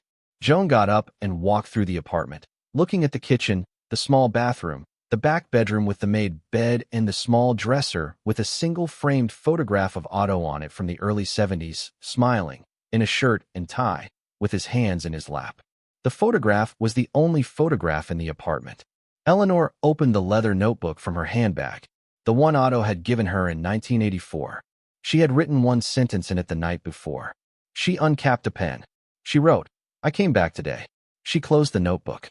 In the morning, when Mr. Briggs returned, there would be papers to sign, decisions to make, conversations to have with Tomas, with the portfolio manager, with the bank. There would be the slow, practical business of becoming the person who owned what Otto had left her. There would be a phone call, eventually, that she would have to make to a man in Connecticut who would find out what she had inherited and would want to discuss it with her, and who would discover, in that conversation, that the person who had walked out of his front door 3 weeks ago with a 13-gallon trash bag was no longer entirely the person he had handed the bag to. That was for the morning. That was for the days and weeks ahead.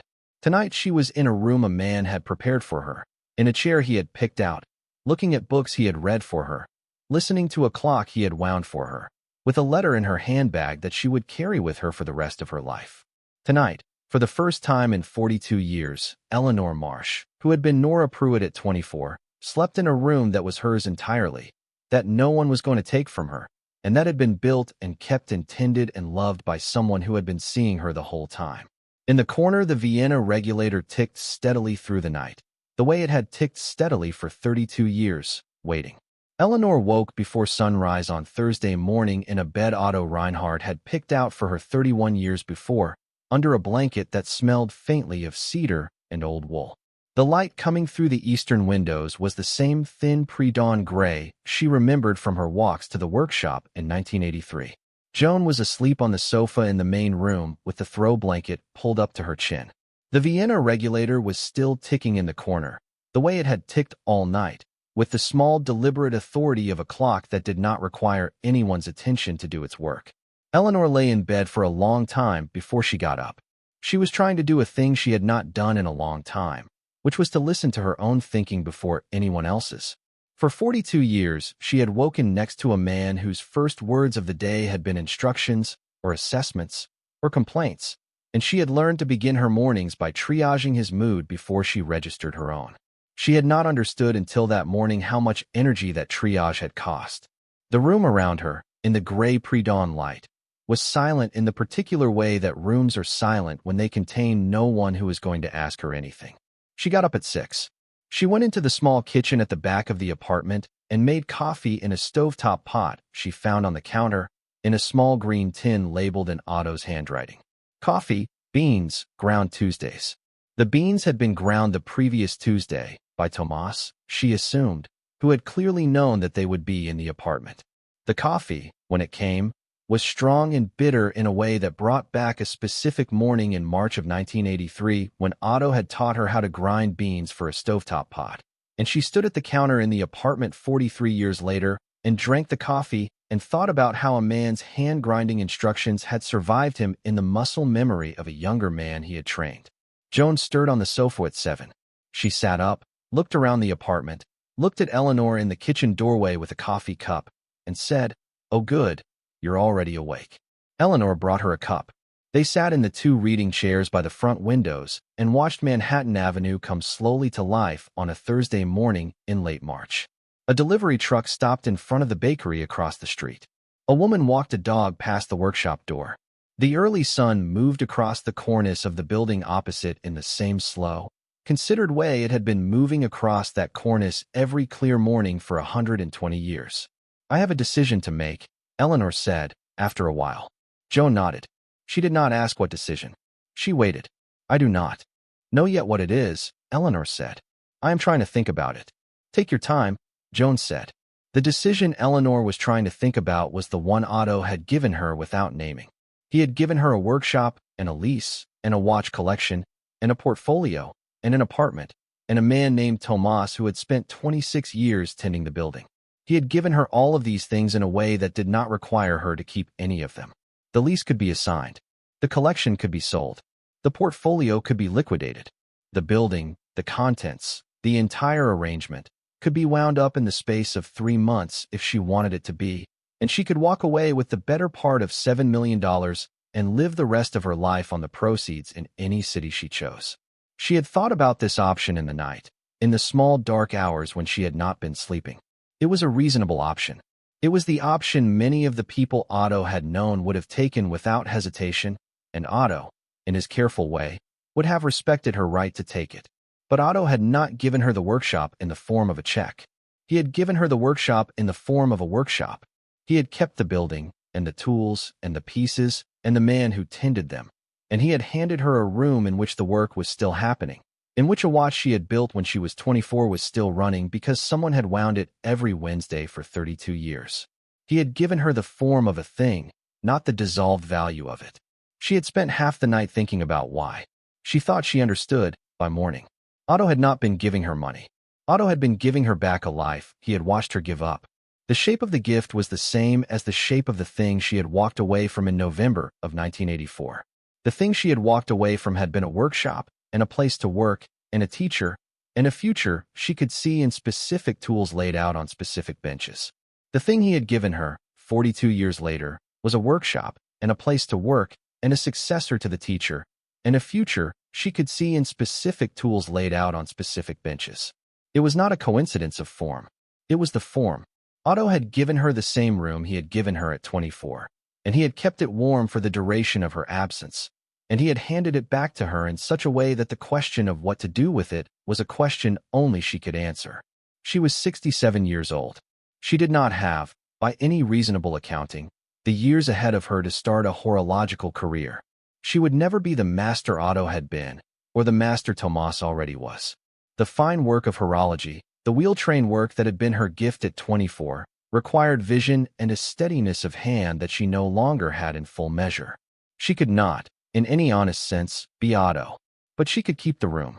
She could keep the room, and she could be there in it. And she could do what she could of the work she remembered, and she could let Tomas do the work that was beyond her, and she could, perhaps, find other women who would want to learn the work, and she could train them the way she had been trained. She could be the keeper of the room rather than the master of the craft.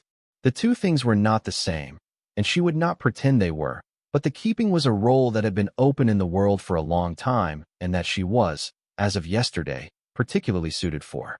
When Joan asked her at 7:30 whether she had thought of anything yet, Eleanor said, "I am going to keep it, and I am going to do something with it. I am not yet sure of the second part." Joan nodded again. Joan said, "I think Otto would have been pleased to hear you say the first part. The second part will come." Walter Briggs arrived at 9 on the dot. He brought a small box of pastries from a bakery on Norman Avenue and a stack of documents that he had clearly prepared in advance and that he laid out on the desk under the eastern window with the unhurried efficiency he had brought to every other moment of his work. The documents were 3 sets. The first was the package required to formally take possession of the trust assets, which involved acknowledging receipt of the lease, the contents, the portfolio, and the safe deposit box, and signing as the named beneficiary. The second was a separate set that established Eleanor as the principal of a new entity that would carry on the workshop's operations under whatever name she chose. The third was a release for Tomas, which Walter explained was a document Otto had prepared in 1994 releasing Tomas from his contract upon Eleanor's arrival, so that Tomas could choose, without obligation, whether to stay on under whatever terms Eleanor proposed.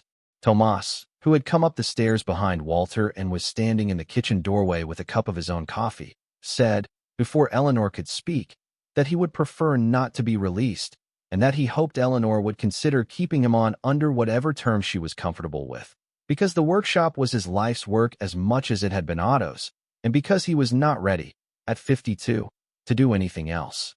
Eleanor smiled at him. She said, "I had not yet asked." "I know," Tomas said.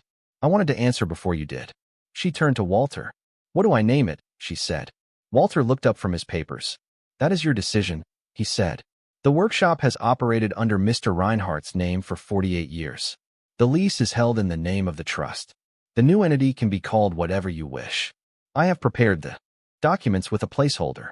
Eleanor looked at the desk. She looked at the small brass nameplate Otto had kept on the desk for 30 years, on which, in narrow engraved script, his name had been engraved alongside the year he had opened the shop. Otto Reinhardt, horologist, EST 1978.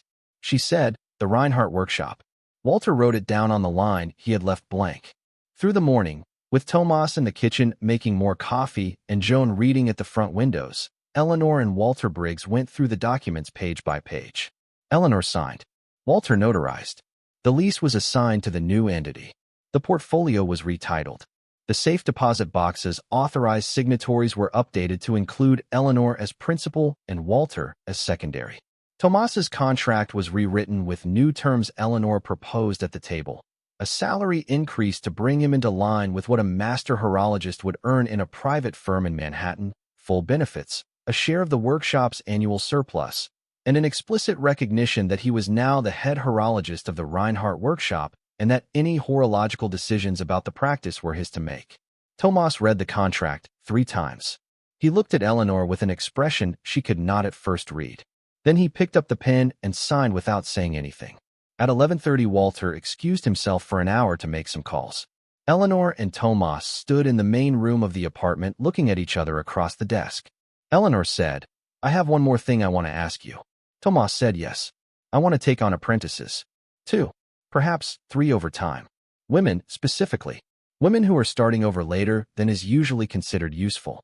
I do not know if you would be willing to teach them." Tomas was quiet for a moment. He said, "Finally, Mr. Reinhardt taught one woman in his life. He always said it was the best decision he ever made." He paused. "I would be honored, Mrs. Marsh." "Nora," Eleanor said. "Nora," Tomas said. That was Thursday morning. The call from Charles's attorney came 11 days later, on a Monday afternoon, while Eleanor was sitting at the small workbench at the front of the shop with a magnifying loupe and a pair of tweezers, learning, under Tomas's quiet direction, how to clean a balance wheel that she had not cleaned in 32 years. The phone in the shop was the same black rotary phone Otto had kept on the cash register counter, which Tomas had maintained because, he said, it had a sound he liked better than the new ones. It rang with the heavy mechanical ring of a phone built in 1968. Tomas answered it. He listened for a moment. He covered the receiver with his hand and looked at Eleanor. "A man in Hartford for you," he said. "He is from a firm called Wexler and Holt." Eleanor put down the tweezers. She had been expecting the call. She had known that the news would reach Charles, sooner or later, by one of the small channels that delivered news in his particular world. The Hartford lawyer who had represented him in the divorce was a man named Theodore Holt, whom Charles had used for 30 years and who had been involved in every transaction of significance in their married life. If Holt was calling, it meant Charles had not called personally. It meant Charles had wanted the call to come from someone who could make demands without sounding like Charles making demands. She took the receiver. "This is Eleanor Marsh," she said. "Mrs. Marsh," the voice on the other end said. It was a warm, professional voice, the voice of a man who was used to having his calls returned. "This is Theodore Holt. I represent your ex-husband Charles Marsh in matters related to your dissolution and to certain financial questions that have arisen since." "I remember you," Eleanor said. "We met at the deposition." "We did," Holt said. "Mrs. Marsh, I am calling because some information has come to our attention that we believe was not disclosed during the divorce proceedings and that we feel we have an obligation to address before any other actions become necessary." Eleanor was quiet for a moment. She let the silence sit. She had, in 42 years of marriage, never let silence sit in conversations with Charles. She had filled every silence with reassurance and pleasantness, and the small social oils that kept the conversation moving forward. She had not understood, until she sat in the silence on the telephone with Theodore Holt, that letting a silence sit was a thing she had been entitled to do the entire time. Holt cleared his throat. "We have learned," he said, "that you have come into possession of significant assets through what appears to be an inheritance from a third party. Our information is that the value of these assets is in the range of $7 million and includes commercial real estate, a securities portfolio, and a substantial inventory of horological materials. We are concerned, Mrs. Marsh, that these assets were known to you during the marriage and were not disclosed during the financial discovery portion of the divorce proceedings, and that they may constitute marital property subject to retroactive division." Eleanor sat at the workbench with the receiver against her ear and watched Tomas finish the disassembly of the balance wheel they had been working on. "Mr. Holt," she said, "the assets you are describing were placed in trust by a man named Otto Reinhardt in October of 1994. The trust was established under terms that made distribution to me contingent upon one of 3 specific conditions, the relevant one of which was the dissolution of my marriage. The assets did not exist as my property at any point during the marriage. They did not exist as my property during the discovery portion of the divorce. They came into existence as my property only when the divorce was finalized, by the operation of terms that were set forth 32 years ago by a person who is not me and is not Charles and is not, in fact, alive. I would invite you, Mr. Holt, to take this up with my attorney, Mr. Walter Briggs of the firm of Briggs, Hollander, and Vey on Park Avenue, who has the entire documentation on file and who I am confident will be able to satisfy any questions you have about the timing and structure of the trust. There was a pause on the other end of the line. Theodore Holt was a careful lawyer. He had not, she suspected, expected this particular sentence from her. He had expected, perhaps, an apology, or a softening, or an attempt to negotiate. He had not expected the name of an attorney delivered in a sentence with 3 subordinate clauses and a specific reference to the discovery portion of the divorce. He recovered after about 2 seconds. "I appreciate that, Mrs. Marsh," he said. "I will reach out to Mr. Briggs directly." He paused. He said, in a softer voice, "May I ask, off the record, whether you would be willing to have a conversation directly with your ex-husband about this? I think it would be productive." "Mr. Holt," she said, "Charles asked me, 6 weeks ago, to leave the house we had lived in for 38 years with whatever I could fit in a kitchen trash bag. He told me that the locksmith was coming at 3 o'clock. He did not, at any point in the conversation, ask whether I had anywhere to go. He had drawn up the divorce paperwork before he told me there was paperwork. He canceled the credit card he had put me on before he told me he was leaving. He did all of this in a sequence he had clearly planned, and he did it with a calmness and a thoroughness that I now understand was the calmness and thoroughness of a man who had been working on the project for a long time." She paused. She had not raised her voice. She had not, in fact, made the voice any sharper than it had been at the beginning of the call. "I am happy to take a phone call from Charles," she said, "if he places it himself, and if he places it for the purpose of saying anything other than what you have just been asking me on his behalf. I am not interested in a conversation that begins with the assumption that any of what I have inherited is in any way his concern, because it is not. He created the prenuptial agreement that defined the limits of our property arrangement. He defined those limits very narrowly. He defined them in his favor. The narrowness of those limits now operates, as he should have expected, in both directions. If he had wanted to inherit from Otto Reinhardt, he should have arranged to be Otto Reinhardt's apprentice. He chose, instead, to be himself." She paused again. "Please give Charles my regards," she said, "and please ask him, on my behalf, not to call me through you again. If he wants to call me, he can call me." She hung up. She sat at the workbench for a moment with her hand still on the receiver. Then she removed her hand, and she picked up the tweezers, and she went back to the balance wheel. Tomas, who had been working at his own station 3 feet away, did not look up. He continued his disassembly. The shop was very quiet for several minutes. Eventually Tomas said, without lifting his eyes from his work, that he had not heard a phone call like that in some years, and Eleanor said that she had not made a phone call like that in even longer, and they continued working in the kind of comfortable silence that 2 people develop when they have agreed, without saying so, that the conversation is finished. Charles called 4 days later. He called at 9 in the evening, on a Friday, to the cell phone Eleanor had recently activated in her own name with a new number she had given to perhaps 8 people. She did not know how he had obtained the number. She suspected Theodore Holt. The phone rang on the table next to the chair where she was reading the second of Otto's 3 notebooks. She looked at the screen. The name Charles came up in the contact list, where she had not yet deleted him, and she looked at it for the length of 3 rings before she answered. "Hello," she said. "Eleanor," he said. There was a long pause on his end. She had known Charles well enough, for long enough, to know what the pause meant. It meant he had not prepared what he was going to say in detail, because he had been used to making this kind of call from a position of having nothing to prepare for. He was, in his life, the person to whom other people prepared. He was finding, on a Friday night in late March, that he had to do the preparing himself, in real time, and he was not good at it. She said, "You have something to tell me, Charles, or you would not be calling." "Yes," he said. "Yes. Eleanor, I want to talk." "About what?" "About everything," he said. "About what has happened. About where we are. About what we should do now." "There is no what we should do now, Charles. she said. We are not a we anymore. You handled the dissolution of the we with great care. You should be proud of it. I was angry, he said. Yes, she said. I was angry, he repeated, and I made choices that I regret. Yes, she said again. He was breathing on the other end of the line in the small, contained way of a man who had been a successful trader for 40 years and who was making a calculation in real time about the inflection of his next sentence.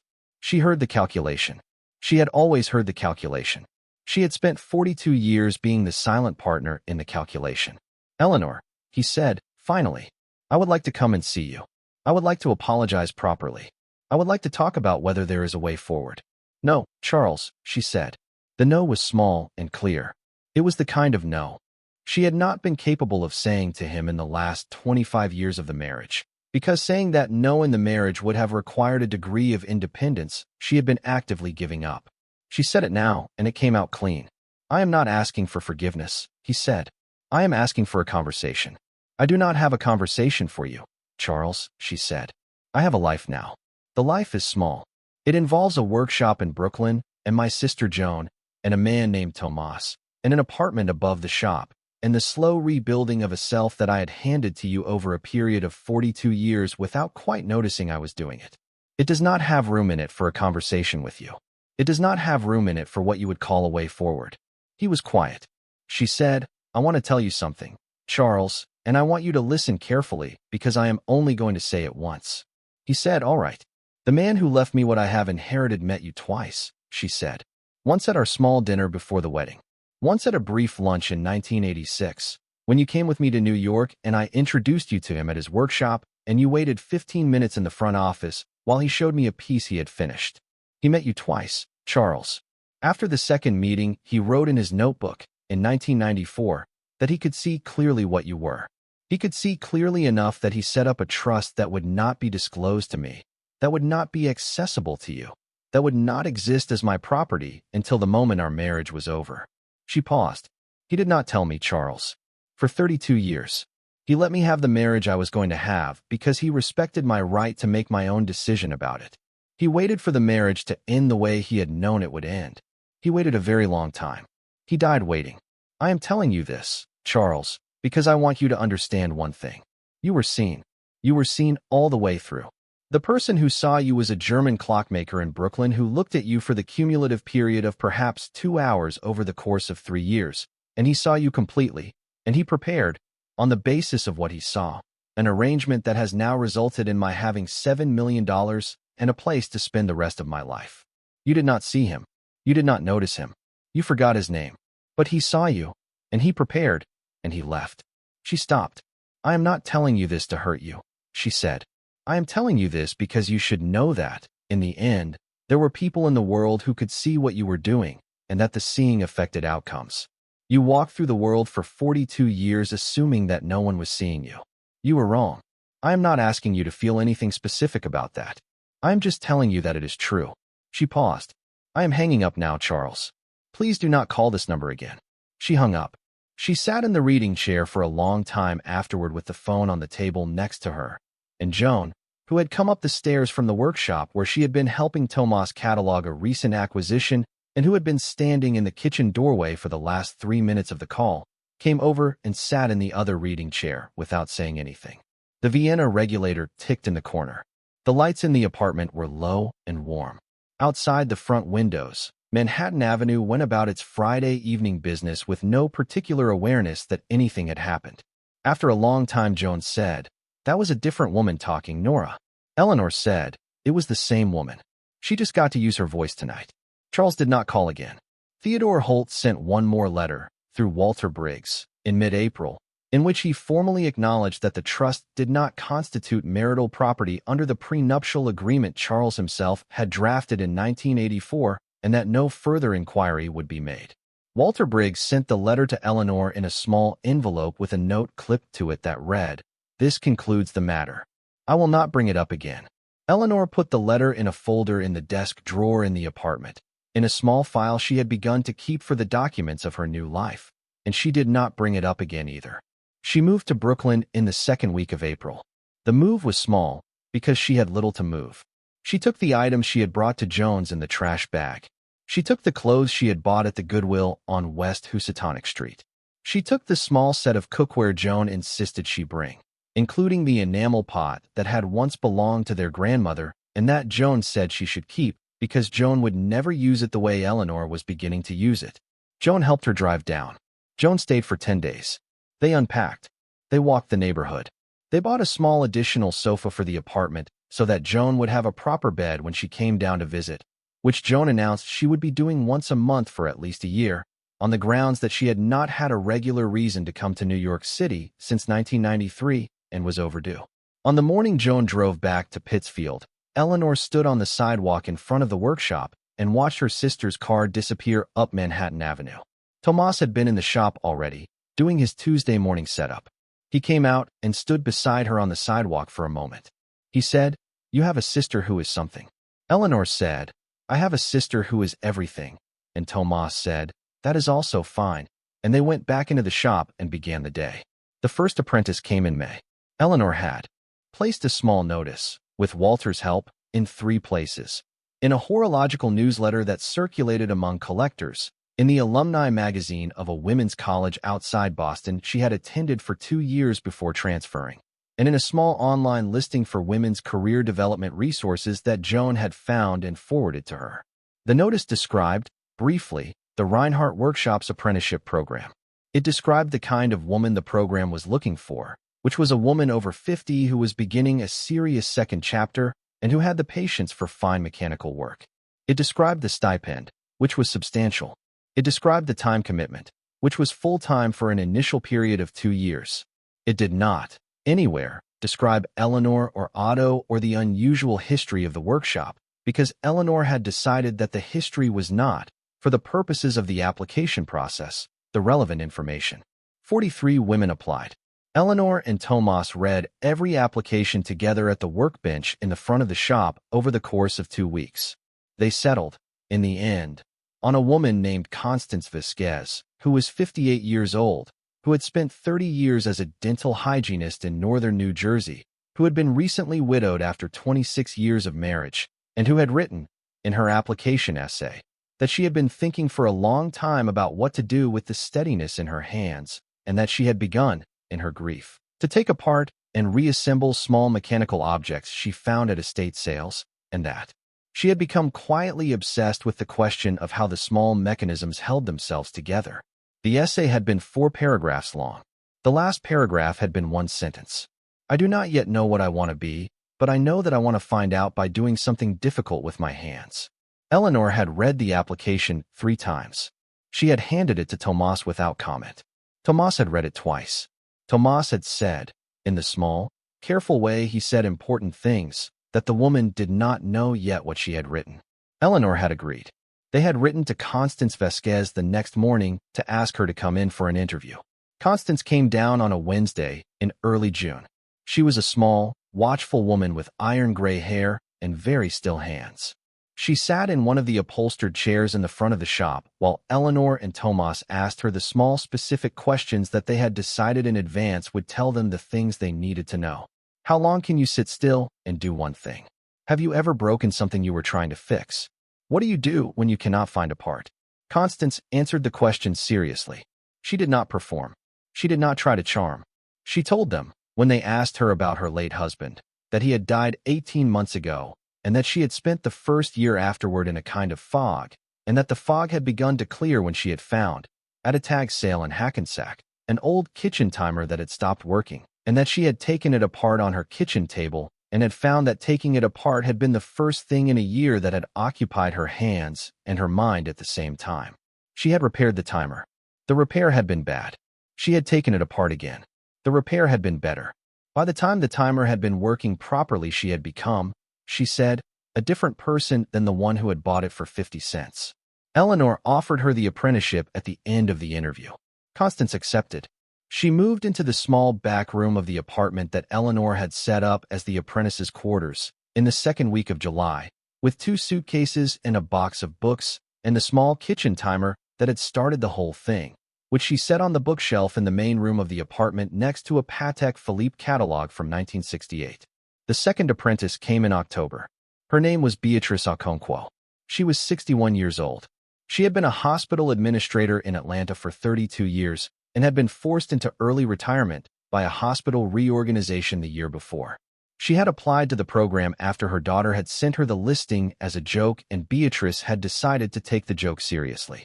Beatrice had no prior experience with mechanical work. She had, however, an unusual gift for the kind of small, careful focus that the bench required, which Tomas identified within the first 2 hours of her trial day. They offered her the apprenticeship at the end of the trial. She moved into the second small back room in late October. Eleanor had not anticipated, when she had begun the program, that there would be 2 apprentices in the apartment by the end of the year. She had not anticipated that the apartment, which had felt large to her on her first night in March, would feel comfortably full by November.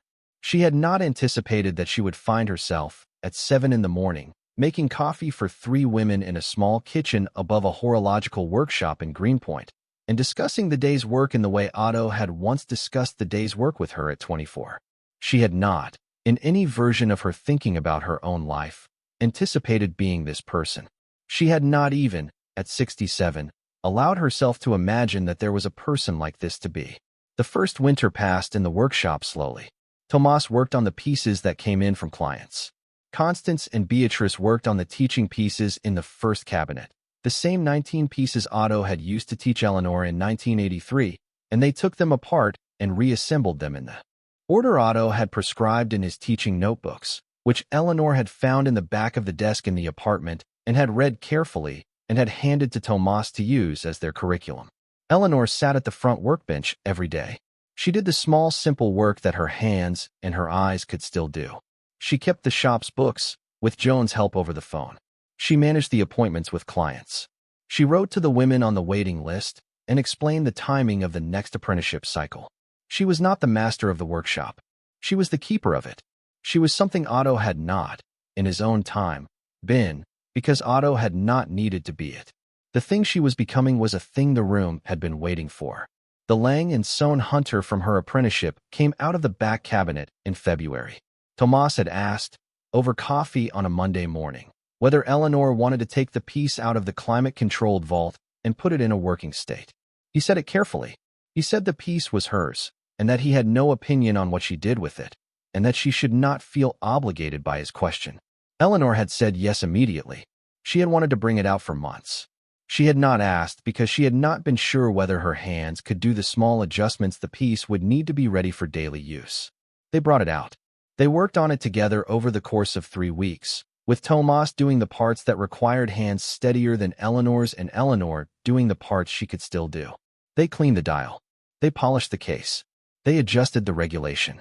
By the second week of March, the watch was running within a second a day, which was, for a Hunter from 1898, a level of performance that suggested it had been seriously loved by everyone who had ever touched it.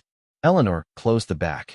She put it in a small velvet pouch she had bought specifically for it. She carried it in her pocket for a week and wound it every morning at the same time, the way Otto had wound it for 8 years and the way Tomas had wound it for the 24 years after that. In late March, on the anniversary of the morning she had left Charles with the trash bag, Eleanor and Joan and Tomas and Constance and Beatrice sat down to a small supper in the apartment that Eleanor had cooked herself, which was the beef and barley stew their grandmother had made in the 50s and that Eleanor had begun to make again at Joan's during the first weeks of her stay. Joan had come down for the weekend. Mr. Henderson was asleep on the rug in the kitchen, having ridden in on the front seat of Joan's car and made himself at home in the apartment within 40 minutes. Eleanor had set the table with the linen napkins she had found in the bottom drawer of the desk, which had belonged to Otto's mother and which had survived Germany and the Atlantic crossing and the 70 years since. She had set out the small German porcelain plates Otto had kept in the back of the kitchen cabinet, which Tomas had identified as having belonged to Otto's grandmother and which had not been used at a table in 3 decades. The plates held the stew. The stew, when they tasted it, was the same stew that had filled Joan's bungalow on the 3rd Sunday in March of the year before. After dinner, Joan made coffee. They sat around the table for a long time and talked about the work and the year and the things ahead.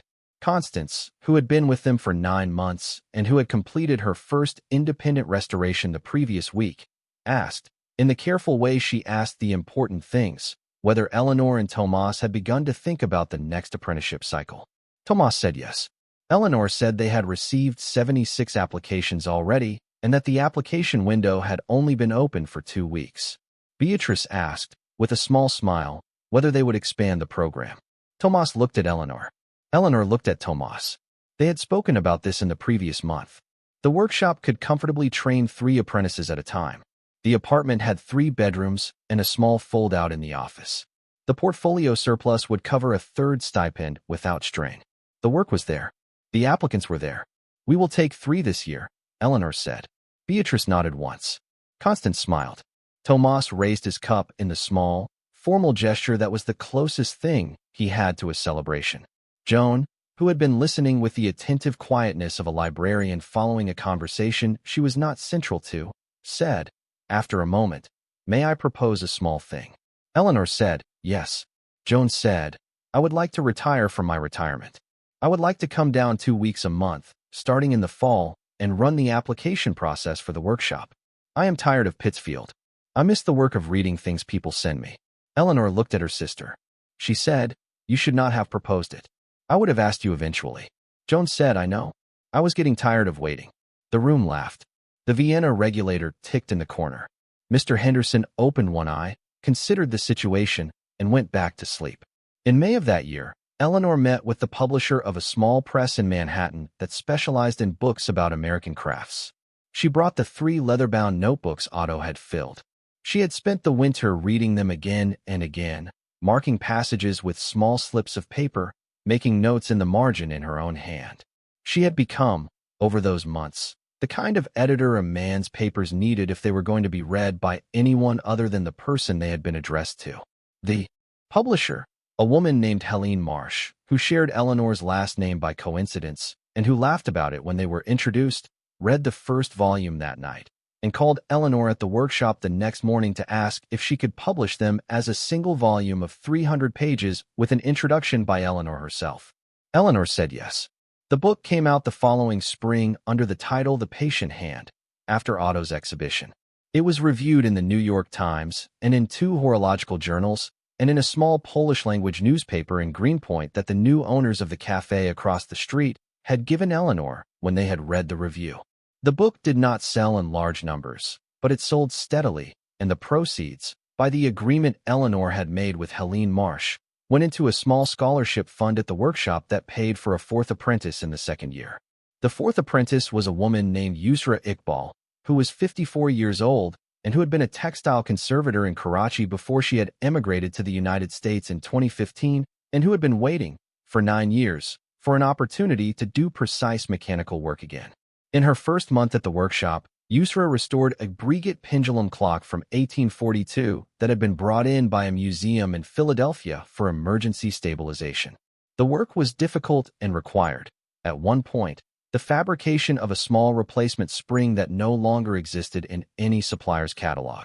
Yusra fabricated it by hand on the small lathe at the back of the workshop, in the way Tomas had taught her in the 2nd week of her apprenticeship.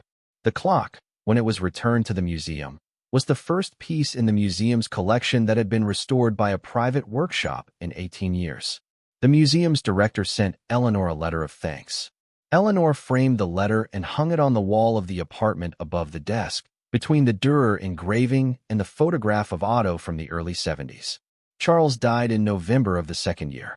The news came to her through Theodore Holt's office, in a brief formal letter, which she received in the mail 2 days after the funeral. He had been 72. He had had a heart attack while reading in the small library of the house on Hawthorn Lane. The locksmith who had changed the locks at 3 in the afternoon on the day she had left had been the last person besides Charles himself to enter the front door of the house from the outside, because Charles had lived alone in the house for the entire time since the divorce. The young woman he had left her for, whose name Eleanor had never learned and never wanted to learn, had moved on within 9 months of the dissolution. Charles had not remarried. He had not, as far as Theodore Holt's letter indicated, made any meaningful new arrangements. The house and his remaining assets, the letter explained, had been left to a small set of college and civic charities according to the will he had drafted in the year after the divorce.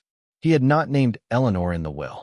He had not, in any of the documents that came to Theodore Holt's attention after the funeral, mentioned her at all. Eleanor read the letter at the workbench in the front of the shop on a Tuesday morning.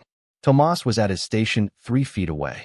The 2 new apprentices that fall, a woman from Detroit and a woman from a small town in Vermont, were at the back bench with Constance, who had completed her 2-year apprenticeship the previous month and who had stayed on as a junior horologist at Eleanor's invitation.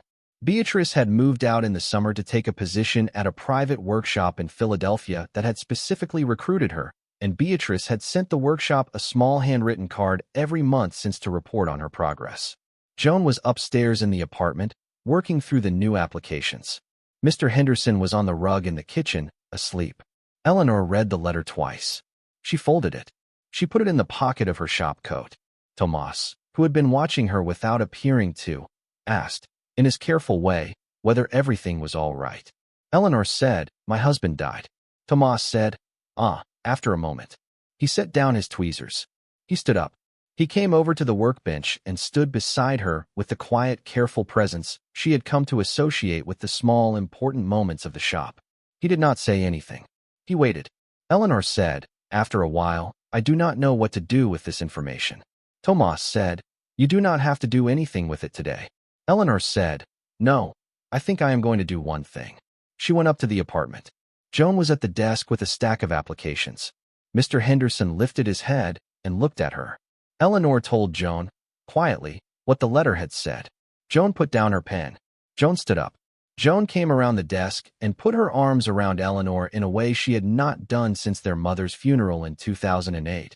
And Eleanor stood in the apartment in Brooklyn with her sister's arms around her and let herself feel, for a moment, the small unfocused grief that came when the person who had been the largest figure of your adult life ceased to be a figure at all. She had not loved Charles in the last 20 years of the marriage. She had not loved him, in the honest sense, perhaps in 25. She had also, for 42 years, organized her days around his presence, and now he was no longer a presence anywhere. The vacancy was its own thing. It was not sorrow. It was not relief. It was something in between, the recognition that a person who had taken up a great deal of space in your life had finished taking up that space, and that the space, going forward, would have to be filled with something else, or with nothing. After a few minutes, Eleanor stepped back. She wiped her face. Joan handed her a handkerchief. Eleanor walked over to the desk. She took the leather notebook Otto had given her in 1984, which she had now been writing in for almost 2 years. She opened it to a fresh page. She uncapped her pen. She wrote, in her own narrow, careful handwriting, "Today Charles died. I do not know yet what I think about it. I am going to think about it slowly. Today I am at the workshop. Today there are 5 women here and a dog and a man named Tomas. Today is enough." She closed the notebook. She went back downstairs. She sat at the workbench. Tomas had quietly resumed his work.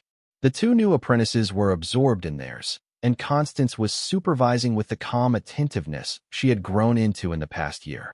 Eleanor put her hands flat on the workbench. The wood was warm. The light coming through the front windows was the slanted late November light that the shop received between 2 and 3 in the afternoon, and which Otto had once said, in one of the notebooks Eleanor had transcribed for the book, was the best light in the room. In her pocket, the Lang & Son Hunter ticked. She put her hand into the pocket. She felt the small, smooth weight of the watch. She pulled it out. She held it in her palm. The watch was running steadily, the seconds hand moving in the small, precise sweep she had given it 3 weeks before, when she had finished the final regulation. The watch had been built in 1898. It had been wound, every Wednesday, for 32 years by an old German clockmaker and his Czech apprentice. It had passed, in March of the previous year, into her hands. She had carried it in her pocket for 68 weeks. It was still running.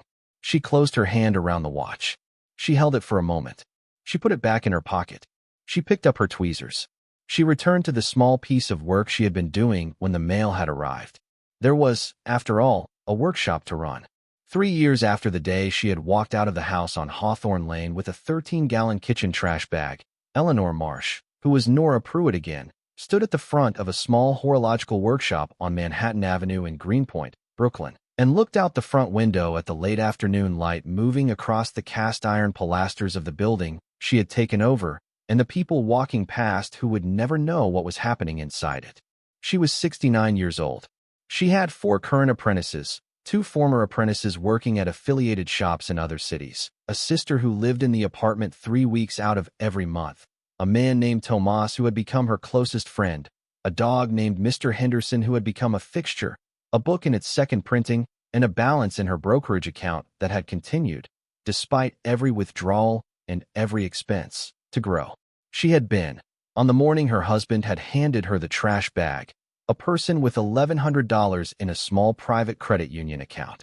She had been, on that same morning, also a person whom a man had been carrying for 31 years in a sealed envelope in a safe in an office on Park Avenue. She had not known about the carrying. She had assumed, that morning, that no one had been carrying her. She had been wrong. She had been wrong in the most important possible way that a person could be wrong, which was the way you can be wrong about whether you have been seen. She thought, often, in the years afterward, about the things she had not been able to imagine on that morning. She had not been able to imagine the workshop. She had not been able to imagine Tomas.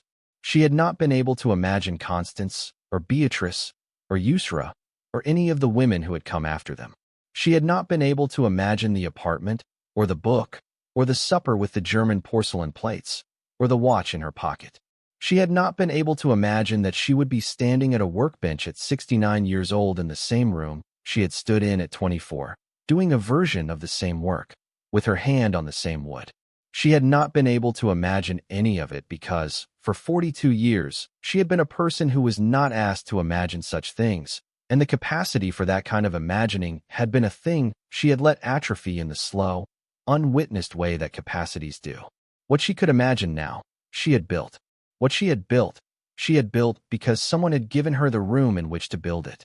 What that someone had given her, he had given her by waiting, in silence, for 31 years, with the absolute certainty that the day would come when she needed it, and the absolute discretion not to push the day's arrival.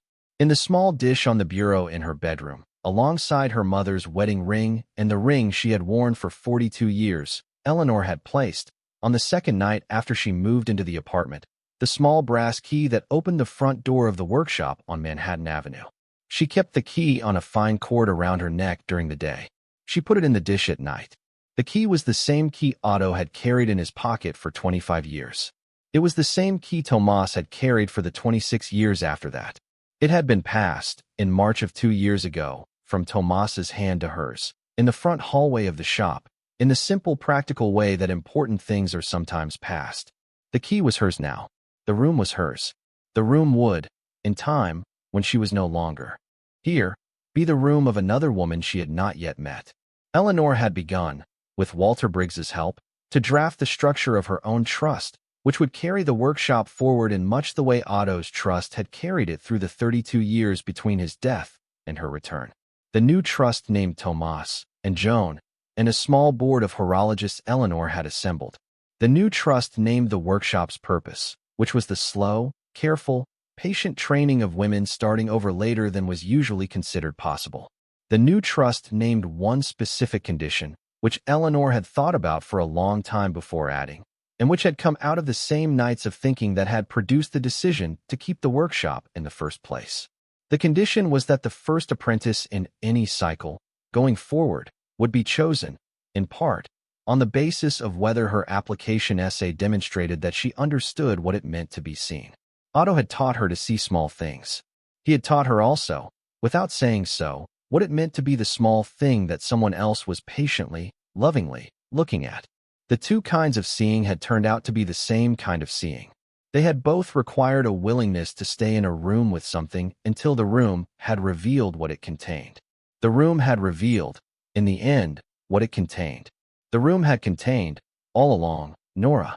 Thank you so much for watching until the end. If you love this story, check out the other videos on your screen now. I think you'll really enjoy them. And don't forget to subscribe if you haven't already. See you in the next story.